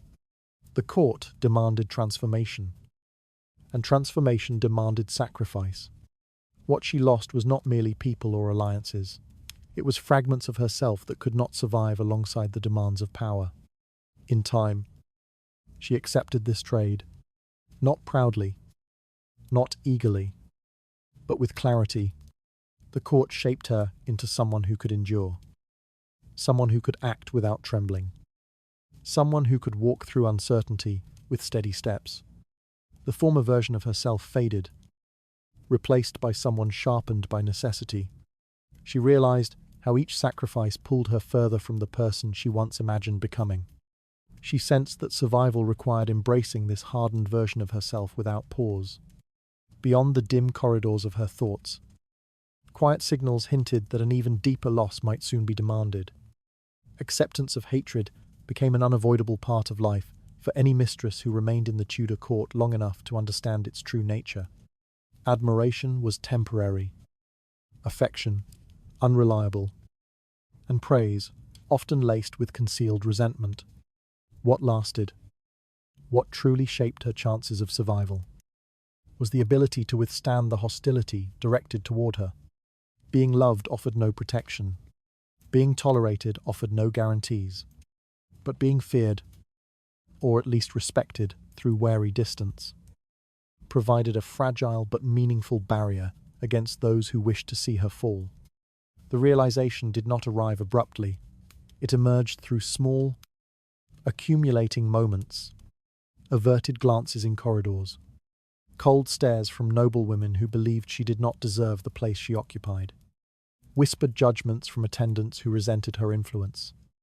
Even servants carried tension in their shoulders when she passed, torn between duty and disdain. From every corner of the court, disapproval seeped toward her like cold air through cracked stone. Yet hatred alone did not endanger her. What truly threatened her was being perceived as weak. Weakness made her predictable. Weakness made her approachable in the worst way. Approachable to rivals who sensed opportunity, to advisors who questioned her value, to enemies who believed they could dismantle her without consequence. Hatred could be endured. Weakness could not. So she learned to accept hostility without attempting to soften it. Attempts to win affection backfired more often than they succeeded. A gesture meant to demonstrate goodwill could be interpreted as manipulation. A smile offered to ease tension could be taken as arrogance. Explanations sounded like excuses. Apologies sounded like admissions of guilt. Every conciliatory effort seemed to strengthen the belief that she was vulnerable. The court respected strength, not likability. The decision to stop seeking approval created a strange sense of clarity. Without the burden of trying to be liked, she could focus on the parts of court life that mattered: strategy, perception, alignment, survival. Disapproval became background noise, a constant presence, but one she no longer interpreted as a threat. Hatred, as long as it did not escalate into coordinated action, simply meant she was being noticed. Only invisibility posed a greater danger. Over time, she grew accustomed to hostile gazes. They no longer startled her. They merely shaped the atmosphere she moved through. When noble women exchanged glances across a room, she learned to recognize the difference between contempt and danger. Contempt could be ignored. Danger required action. When advisors spoke to her with carefully measured politeness, she understood that their respect was conditional, not personal. But conditional respect still held weight. Even the king's attention contained its own tensions. Favor brought jealousy, and jealousy bred hatred.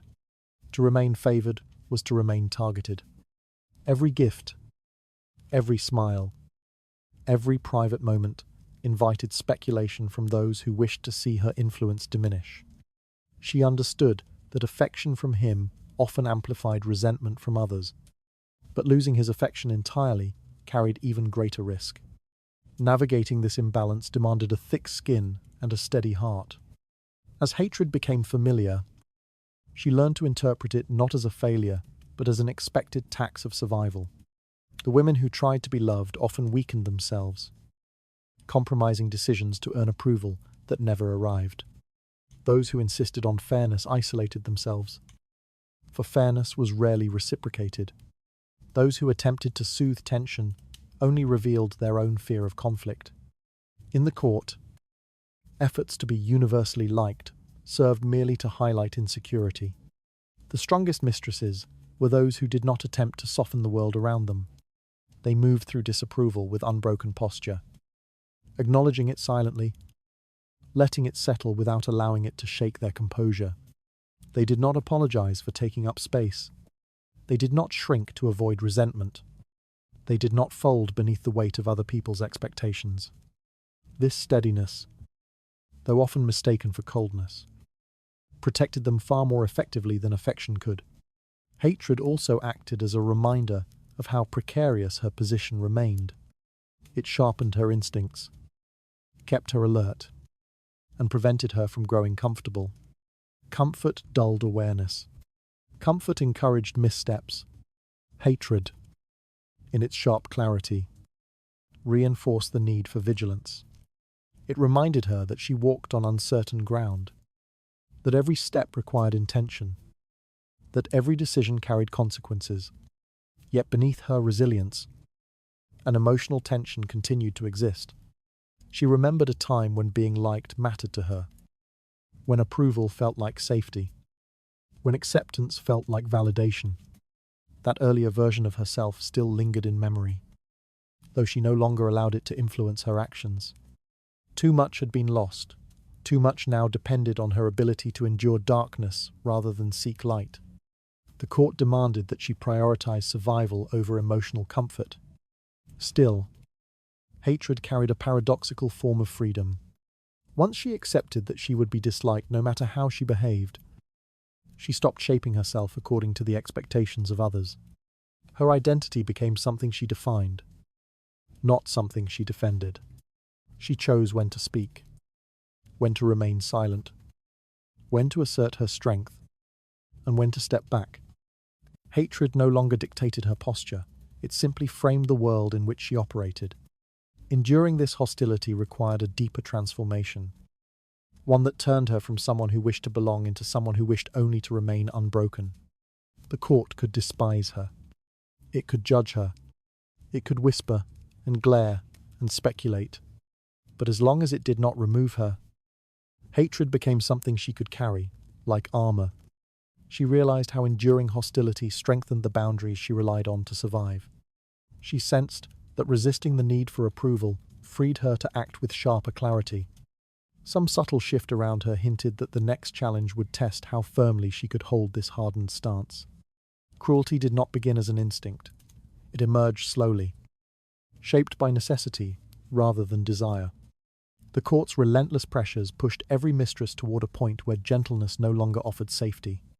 Once she understood that compassion exposed her to manipulation, that patience invited intrusion, and that forgiveness marked her as a target, she began to construct a different version of herself, one capable of acting decisively, even harshly, when required. That transformation did not feel noble. It did not feel empowering at first, but it gave her something she had lacked for too long: control. Control, in the Tudor world, was rarely a gift. It had to be taken, guarded, and reinforced through unyielding behavior. When she made choices rooted in self-preservation rather than sympathy, she felt a clarity that had eluded her before. Decisions came faster, boundaries held firmer, rivals hesitated. Even the king noticed the steadiness in her gaze, when she no longer flinched at courtly hostility. Cruelty, or what others interpreted as cruelty, became a tool that protected her from chaos. This shift was not about harming others for pleasure. It was about narrowing the distance between her intentions and her outcomes. In a place where rumors traveled faster than truth, where alliances shifted with the flicker of a candle flame, and where a single miscalculated gesture could cost her place and safety, she needed a shield that did not rely on the goodwill of others. Control became that shield. Every mistress eventually discovered that assertiveness alone was not enough. Assertion without follow-through encouraged resistance. Soft strength invited testing. What changed everything was the willingness to act before others acted against her. That preemptive posture, calm, deliberate, and unshaken, was interpreted as ruthlessness. And perhaps it was, but it also protected her from the silent, accumulating pressures that had once threatened to erode her confidence. Her sense of control grew each time she refused to be drawn into disputes engineered to expose her vulnerabilities. She learned to step back when a situation offered no advantage. She learned to press forward when hesitation would create openings for her rivals. She learned, above all, that emotions could not guide her choices if she wanted stability.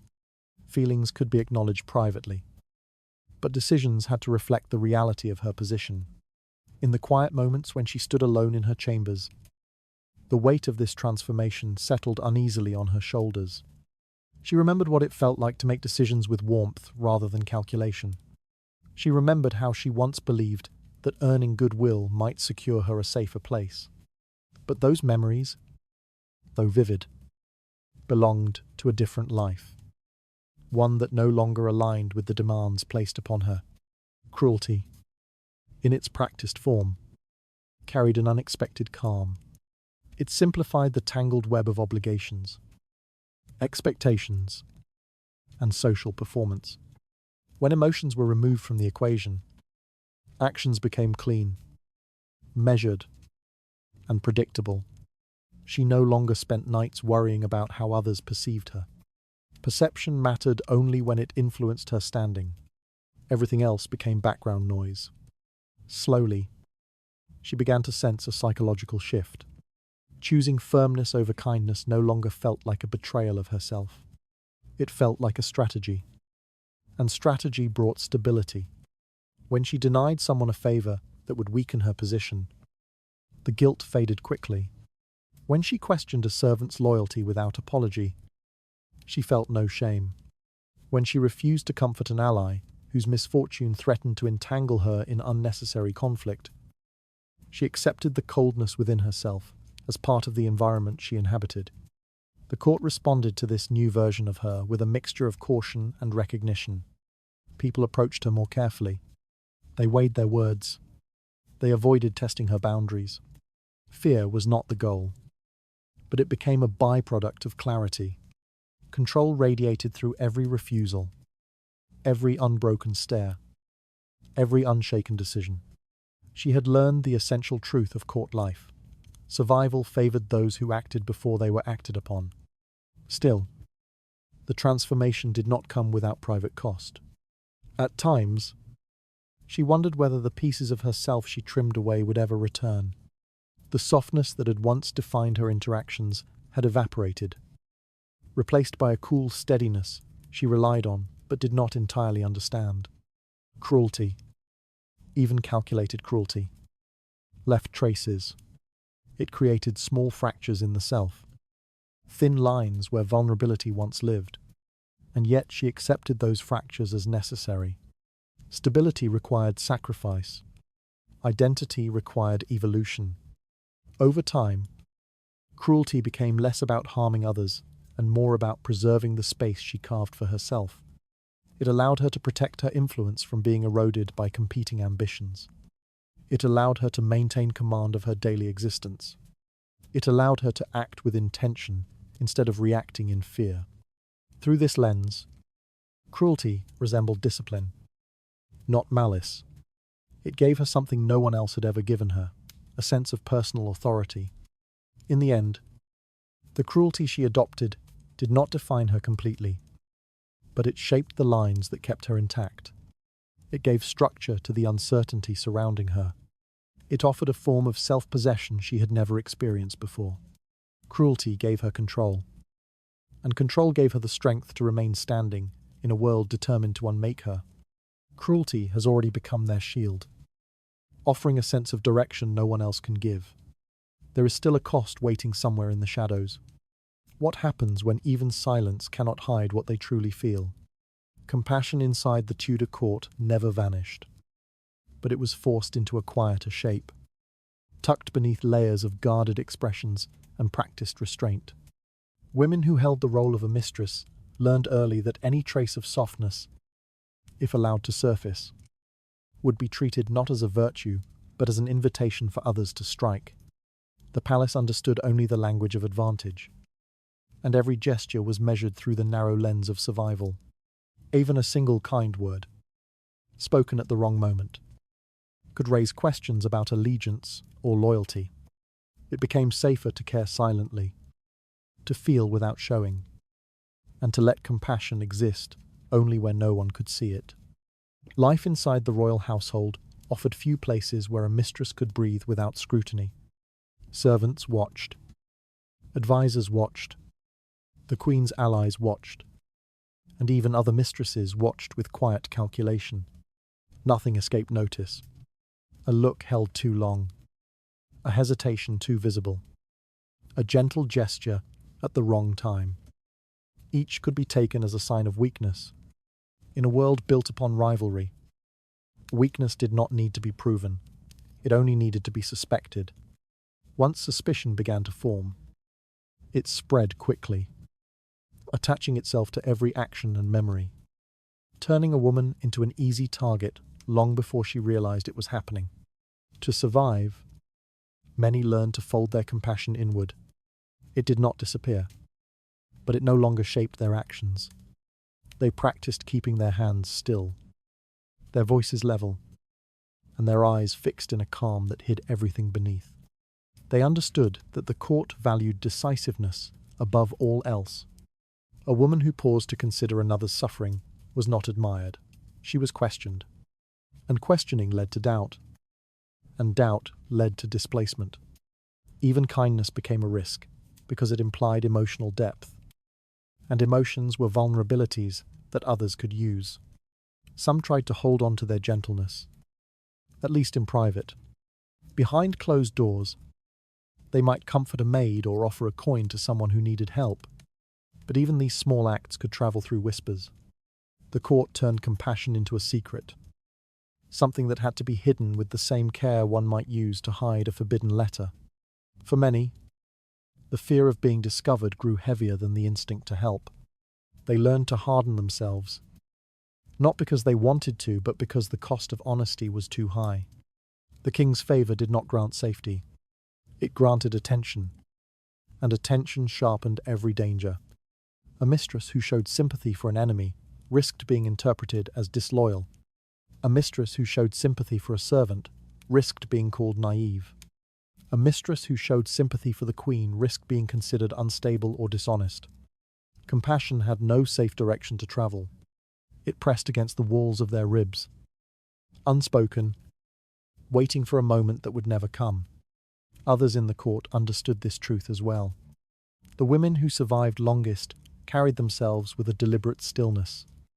They spoke carefully, acted decisively, and avoided demonstrations of sentiment that could undermine their image.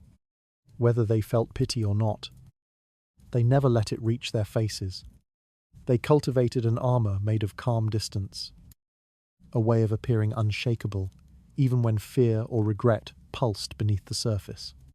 This armor did not mean they lacked feeling. It meant they were learning to restrict their feelings to internal spaces where judgment could not reach them. Compassion, when it did appear, lived in the smallest details. It lived in a hand, briefly hovering near someone who needed help, but not touching them long enough to be noticed. It lived in a softening of the eyes that vanished quickly. It lived in a choice to stay silent when a harsher word might have earned approval. These hidden moments offered no protection, no reward, and no recognition. Yet they allowed the women to keep some piece of themselves untouched by the cruelty surrounding them. Compassion became a fragile secret, something held close, like a small ember protected by cupped hands. Over time, this secrecy shaped them. They moved through the palace with a quiet awareness, understanding that what they felt must never be what they showed. Each day demanded a performance, and each performance demanded that their inner world remain invisible. By forcing their compassion into silence, they preserved it. But the silence carried a cost. The more they hid it, the more it separated them from the people around them. They learned to keep a distance, to avoid relying on others, and to assume betrayal before trust. This isolation was not chosen but imposed. It was the natural consequence of surviving in a place where emotions could be turned into weapons. A mistress who lasted more than a few years learned to accept that she might care deeply but could never reveal it. If she cried alone. If she worried privately. If she feared for her future, she never let anyone see it.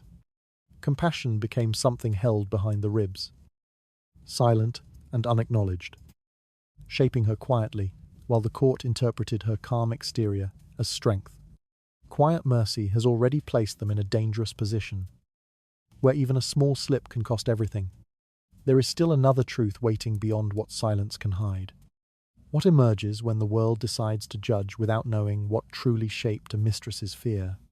Survival inside the Tudor court often carried a cost that few ever bothered to understand. The women who managed to endure were marked long before anyone knew their names, and the judgment placed upon them came not from intimate knowledge, but from distance, rumor, and the quiet cruelty of hindsight. Those who lived long enough to be remembered were flattened into simple figures, their fear erased, their motives mocked. their endurance twisted into something monstrous. It was easy for observers to label them as cold or calculating, because no one stopped to consider what happened beneath the surface of each choice they made. Those choices, after all, were never truly free. The palace corridors, where they walked each day, had no patience for hesitation. Every whisper could become a threat.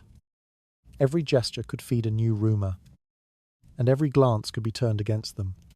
Nothing about their lives resembled comfort. To outsiders, the mistresses who outlasted others seemed ruthless, almost inhuman in their determination to remain standing. But inside their bodies lived a tension that could never fully relax.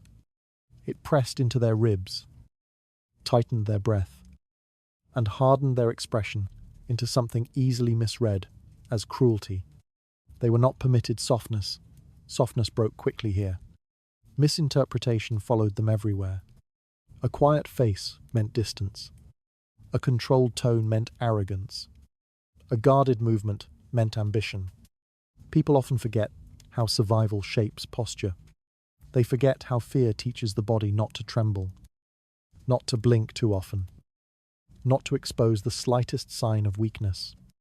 The women who lasted the longest were the ones who hid their shaking hands inside their sleeves, who trained their voices not to quaver, who learned to slice the world into manageable pieces just to endure it.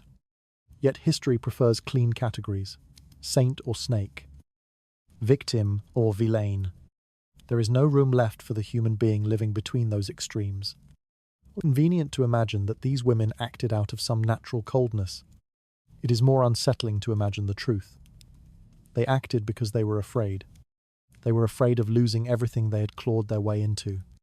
They were afraid of the quiet punishments that happened behind closed doors. They were afraid of what happened to the ones who did not survive. Fear became the spine that held them upright. It was invisible, but it drove every decision they made. And because it could not be seen, it was mistaken for cruelty. The burden they carried could not be shared with anyone. Confession was dangerous. Honesty was dangerous. Emotion was dangerous. A mistress who expressed doubt could be pushed aside by a rival who expressed certainty. A mistress who appeared troubled could be replaced by one who seemed serene. They lived in a world where masks were more necessary than skin. They wore these masks so consistently that even they sometimes forgot where the performance ended, and the person beneath it began. But the palace never forgot. The palace always recognized masks and punished anyone who dared remove theirs. Over time, the cost of that pressure carved itself into their routines. Their steps grew measured, their voices even, their expressions unreadable. People described them as cold because they rarely smiled. They were called heartless because their sympathy was invisible. They were accused of manipulation because they made decisions with care rather than impulse. No one wondered what they risked with every choice. No one stopped to reflect on the weight of the crown they did not wear, yet always felt pressing down on them. Surviving meant retreating behind armor, crafted from silence. It meant seeing the fall of others and hearing the echoes of their mistakes still hanging in the corridors. It meant waking each morning to the realization that the smallest misstep could be the final one. When they were finally remembered by history, their stories were stripped of all this tension. Their fear was forgotten. Their exhaustion was dismissed. Their complexity was replaced with a single image, a cold woman who clawed her way upward and held her place through cruelty. But that image is only a shadow. Behind it lies a truth much harder to accept. That a mistress who survived did so because she felt danger more deeply than anyone else. She carried her fear not as a weakness, but as a warning, a guide, a constant presence telling her that the ground beneath her feet was unstable. Her ruthlessness, if it can even be called that, was not born from malice. It was born from knowing that being gentle would destroy her. Her entire life became a negotiation with terror, and endurance became the only language she could rely on.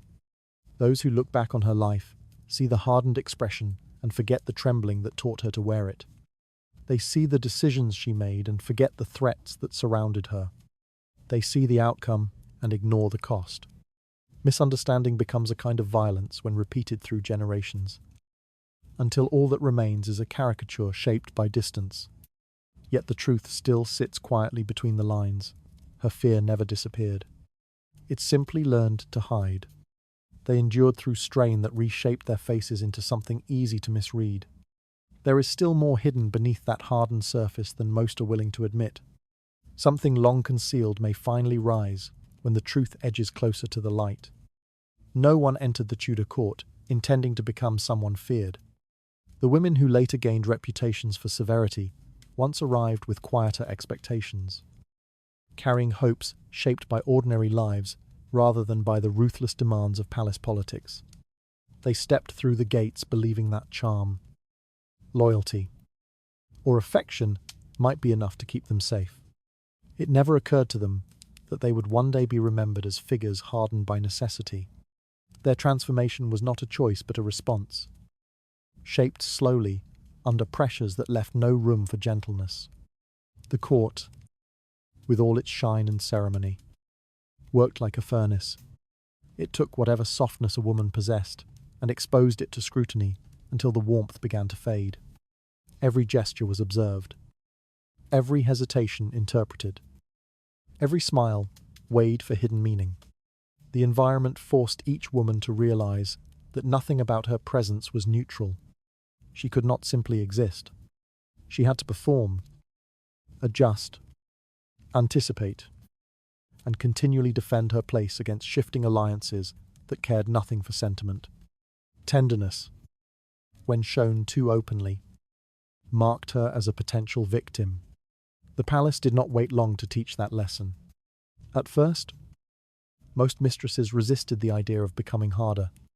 They tried to hold on to their earlier selves, hoping that good intentions would shield them. It was an instinct, born from the belief that kindness could earn goodwill or loyalty.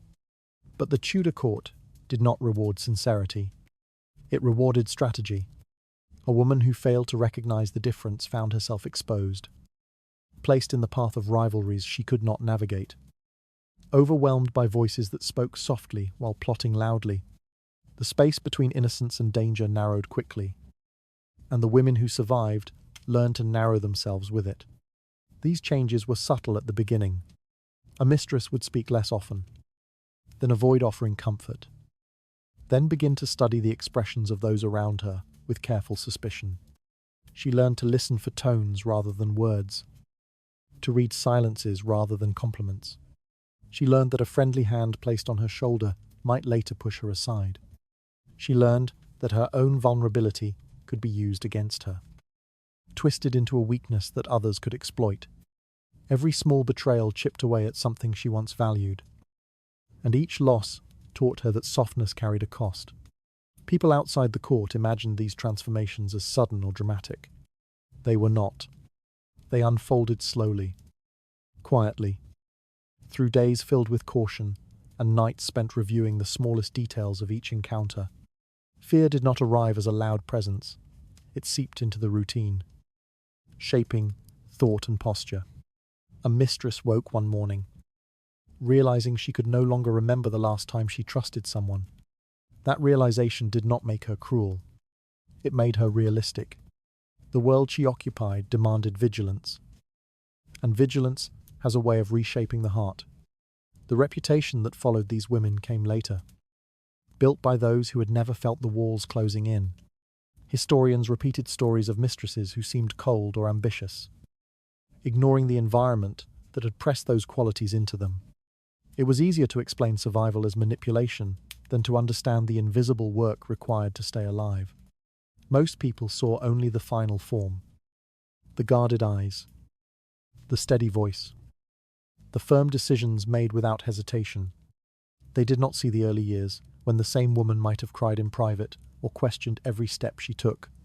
Transformation inside the court was not limited to emotion. It altered the rhythm of daily life. A woman learned to walk with a measured pace, to keep her hands still, to monitor who entered a room after she did. She learned when to speak and when to remain silent. She learned how to respond to a king without appearing eager, and how to respond to rivals without appearing afraid. Her days became a sequence of refined adjustments, all intended to keep her alive one more hour.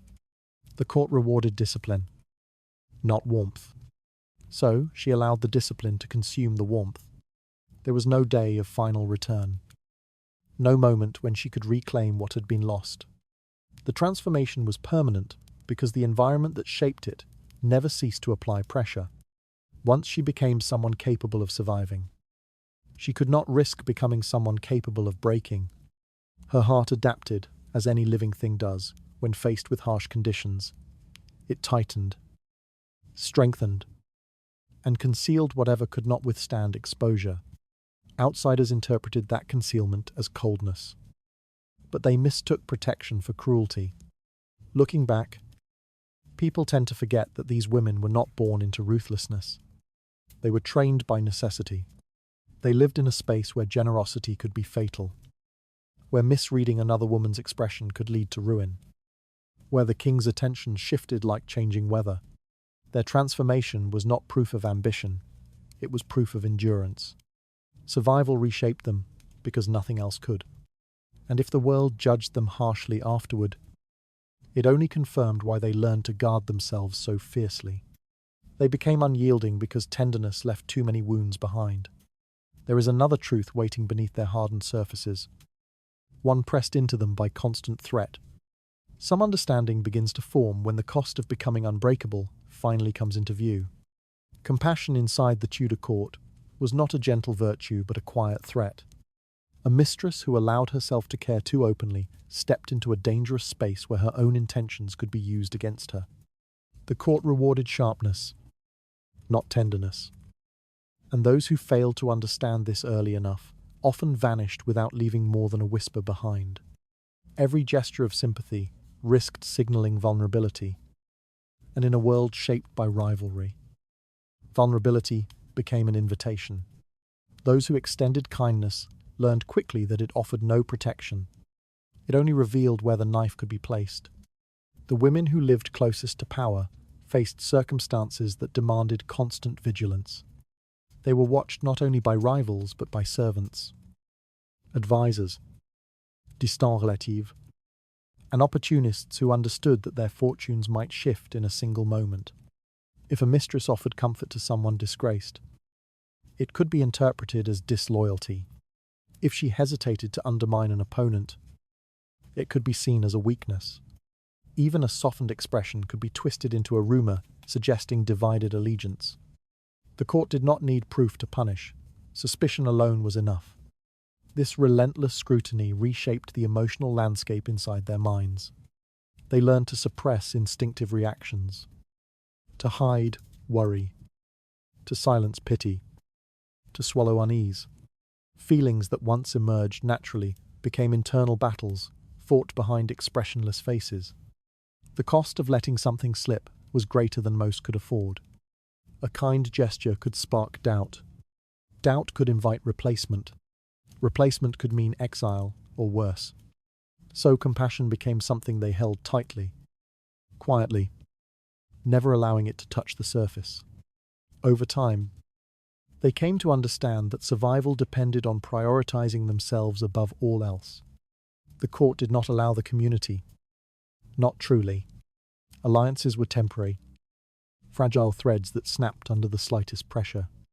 Rivals disguised themselves as confidants, and confidants occasionally revealed themselves as rivals. Trust faded into something faint and unfamiliar. A mistress learned that the only reliable shelter was the one she built within her own silence. She grew accustomed to guarding every word, every breath, every glance, until nothing remained open for others to interpret. Those who observed from outside misunderstood this posture entirely. They saw the hardened demeanor and assumed cruelty. They watched how ruthlessly a mistress defended her position and imagined that ambition alone drove her actions. The truth was far more bleak. She acted quickly because delay was dangerous. She acted firmly because uncertainty destroyed more women than direct threats ever did. She acted without softness because softness had already proven fatal to many who came before her. Each woman carried examples etched into memory. The mistress who hesitated and was replaced within days. The woman who defended a friend and found herself surrounded by accusations. The one who cried in public and lost everything when the king grew restless. These warnings circulated through the palace like smoke. Impossible to ignore. They reminded every mistress that compassion was a private luxury, not a public behavior. Anyone who displayed it too freely risked becoming the next example. This realization created a subtle shift in how they moved through their days. They became careful, measured, and deliberate. A mistress learned not to interfere when conflict unfolded, unless intervention benefited her. She learned not to offer comfort unless she could ensure it would not be seen. She learned to place distance between herself and those marked for loss. She did not always want to do this. But wanting had no meaning inside a court that demanded detachment. The role required her to keep her heart hidden, and so she obeyed. Yet it would be wrong to assume that these women abandoned compassion entirely. They simply buried it beneath the layers that protected them. It lived still, in small gestures hidden from view. The quiet relief of a servant spared. The softening of a glance no one else witnessed. The silent grief that stayed locked inside her chest when another woman fell. But these moments survived only because they were unseen. Visibility would have killed them. By the time a mistress grew skilled at navigating the court, she no longer questioned why coldness felt safer. It was the only shield that reliably held. The environment taught her that saving herself meant resisting the urge to save others. She did not reach this conclusion through cruelty, but through observing consequence after consequence until the pattern became clear. Compassion was punished. Decisiveness was rewarded. Her choices reflected the logic of her surroundings, not the nature she once had. Those who later judged her never stood in the spaces where her fear took shape. They never felt how quickly affection could become a liability, or how swiftly disaster could follow moments of softness. They never knew the weight of carrying tenderness that could not be expressed without danger. They saw only the shell that formed around her, not the pressure that shaped it. Coldness became her refuge because warmth had nowhere to exist safely. There is still something beneath that hardened exterior, waiting for the rare moment when it can breathe. Another truth begins to surface when survival pulls too sharply against what remains of her inner self. They were never granted the freedom to choose what kind of women they wished to become. The Tudor court removed that possibility long before any mistress realized what was happening to her. She did not enter its chambers, prepared to trade pieces of herself for survival. She did not imagine that each step forward would require leaving something soft behind. The world she walked into was already carved into narrow paths, and each one led to outcomes she could not escape. Those paths offered no distinctions between good and evil, moral right or moral failure. They offered only two directions: endurance or disappearance. The court understood this truth even when its victims did not. Every time a mistress made what appeared to be a cold calculation, she was really responding to the constraints that tightened around her each day. Every time she withheld kindness, she was protecting the small ground she still possessed. Every time she acted decisively and without mercy, she was reacting to pressures that would have crushed her had she hesitated. Her decisions were not reflections of her inner nature, but reflections of the world that surrounded her. A world that punished hesitation and rewarded only those who learned to abandon what they once considered essential. Behind the walls of the palace, a woman had little control over what was asked of her. She could not choose her rivals. She could not choose the rumors others spread about her. She could not choose the king's shifting moods, nor the expectations placed upon her by strangers who studied her every word. She could not even choose how she would be remembered. Her memories were her own, but her legacy belonged to historians who preferred clear villains and simple narratives. They wrote her story in tones that ignored the impossible circumstances she faced, transforming her into a figure of cold ambition rather than a woman shaped by fear. In the early days of her life at court, she still believed she could act according to her own conscience. She thought she could offer quiet comfort to others, keep private loyalties, or retreat from conflict when she wished. But the palace made it clear that compassion had consequences. Those who allowed themselves to feel too deeply became targets.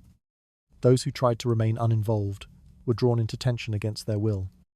The court did not allow neutrality. A mistress might wish to stand outside its constant struggles. Yet the struggles still reached for her, requiring responses she did not want to give. Little by little, the choices she imagined herself capable of making slipped away. She learned to silence sympathy because sympathy endangered her. She learned to anticipate betrayal because betrayal was inevitable.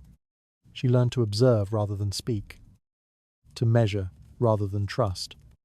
These behaviors were not ambitions but habits of survival. They grew not from hunger for power, but from an understanding that power was the only barrier between herself and ruin. Her actions were survival imitating strategy, not cruelty, replacing humanity. But the outside world, watching from a distance, failed to see the limits that defined her existence. People assumed she had chosen to become ruthless. They decided she had embraced the game rather than been trapped inside it. Their judgments revealed more about their own need for clear narratives than about the lives of Tudor mistresses. The truth resisting these judgments was simple yet devastating. These women lost the privilege of choice long before they were ever judged for the paths they walked. And what did she lose first? Not compassion, not tenderness, not the ability to feel. Those remained inside her, buried but intact. What she lost was the safety required to express those things. She could no longer choose honesty over caution. She could no longer choose generosity over protection. She could no longer choose to stand by her beliefs when those beliefs placed her at risk. Each sacrifice she made did not reflect a lack of humanity, but the impossibility of living humanely in a place where danger never slept. Every step taken inside the court stripped another layer of agency from her life. She responded to threats she did not provoke, navigated alliances she did not initiate, and protected herself from conflicts she did not desire. Over time, those responses became the image she projected to the world. The image hardened into a reputation, and the reputation calcified into history. The real woman, the one shaped by fear, pressure, and endless vigilance, was erased by the very structure that forced her to become what she never wished to be. As the years passed, she found herself watching other women arrive with the same soft expressions she once carried. She saw their innocence, their politeness, their hope. She saw how briefly those qualities survived.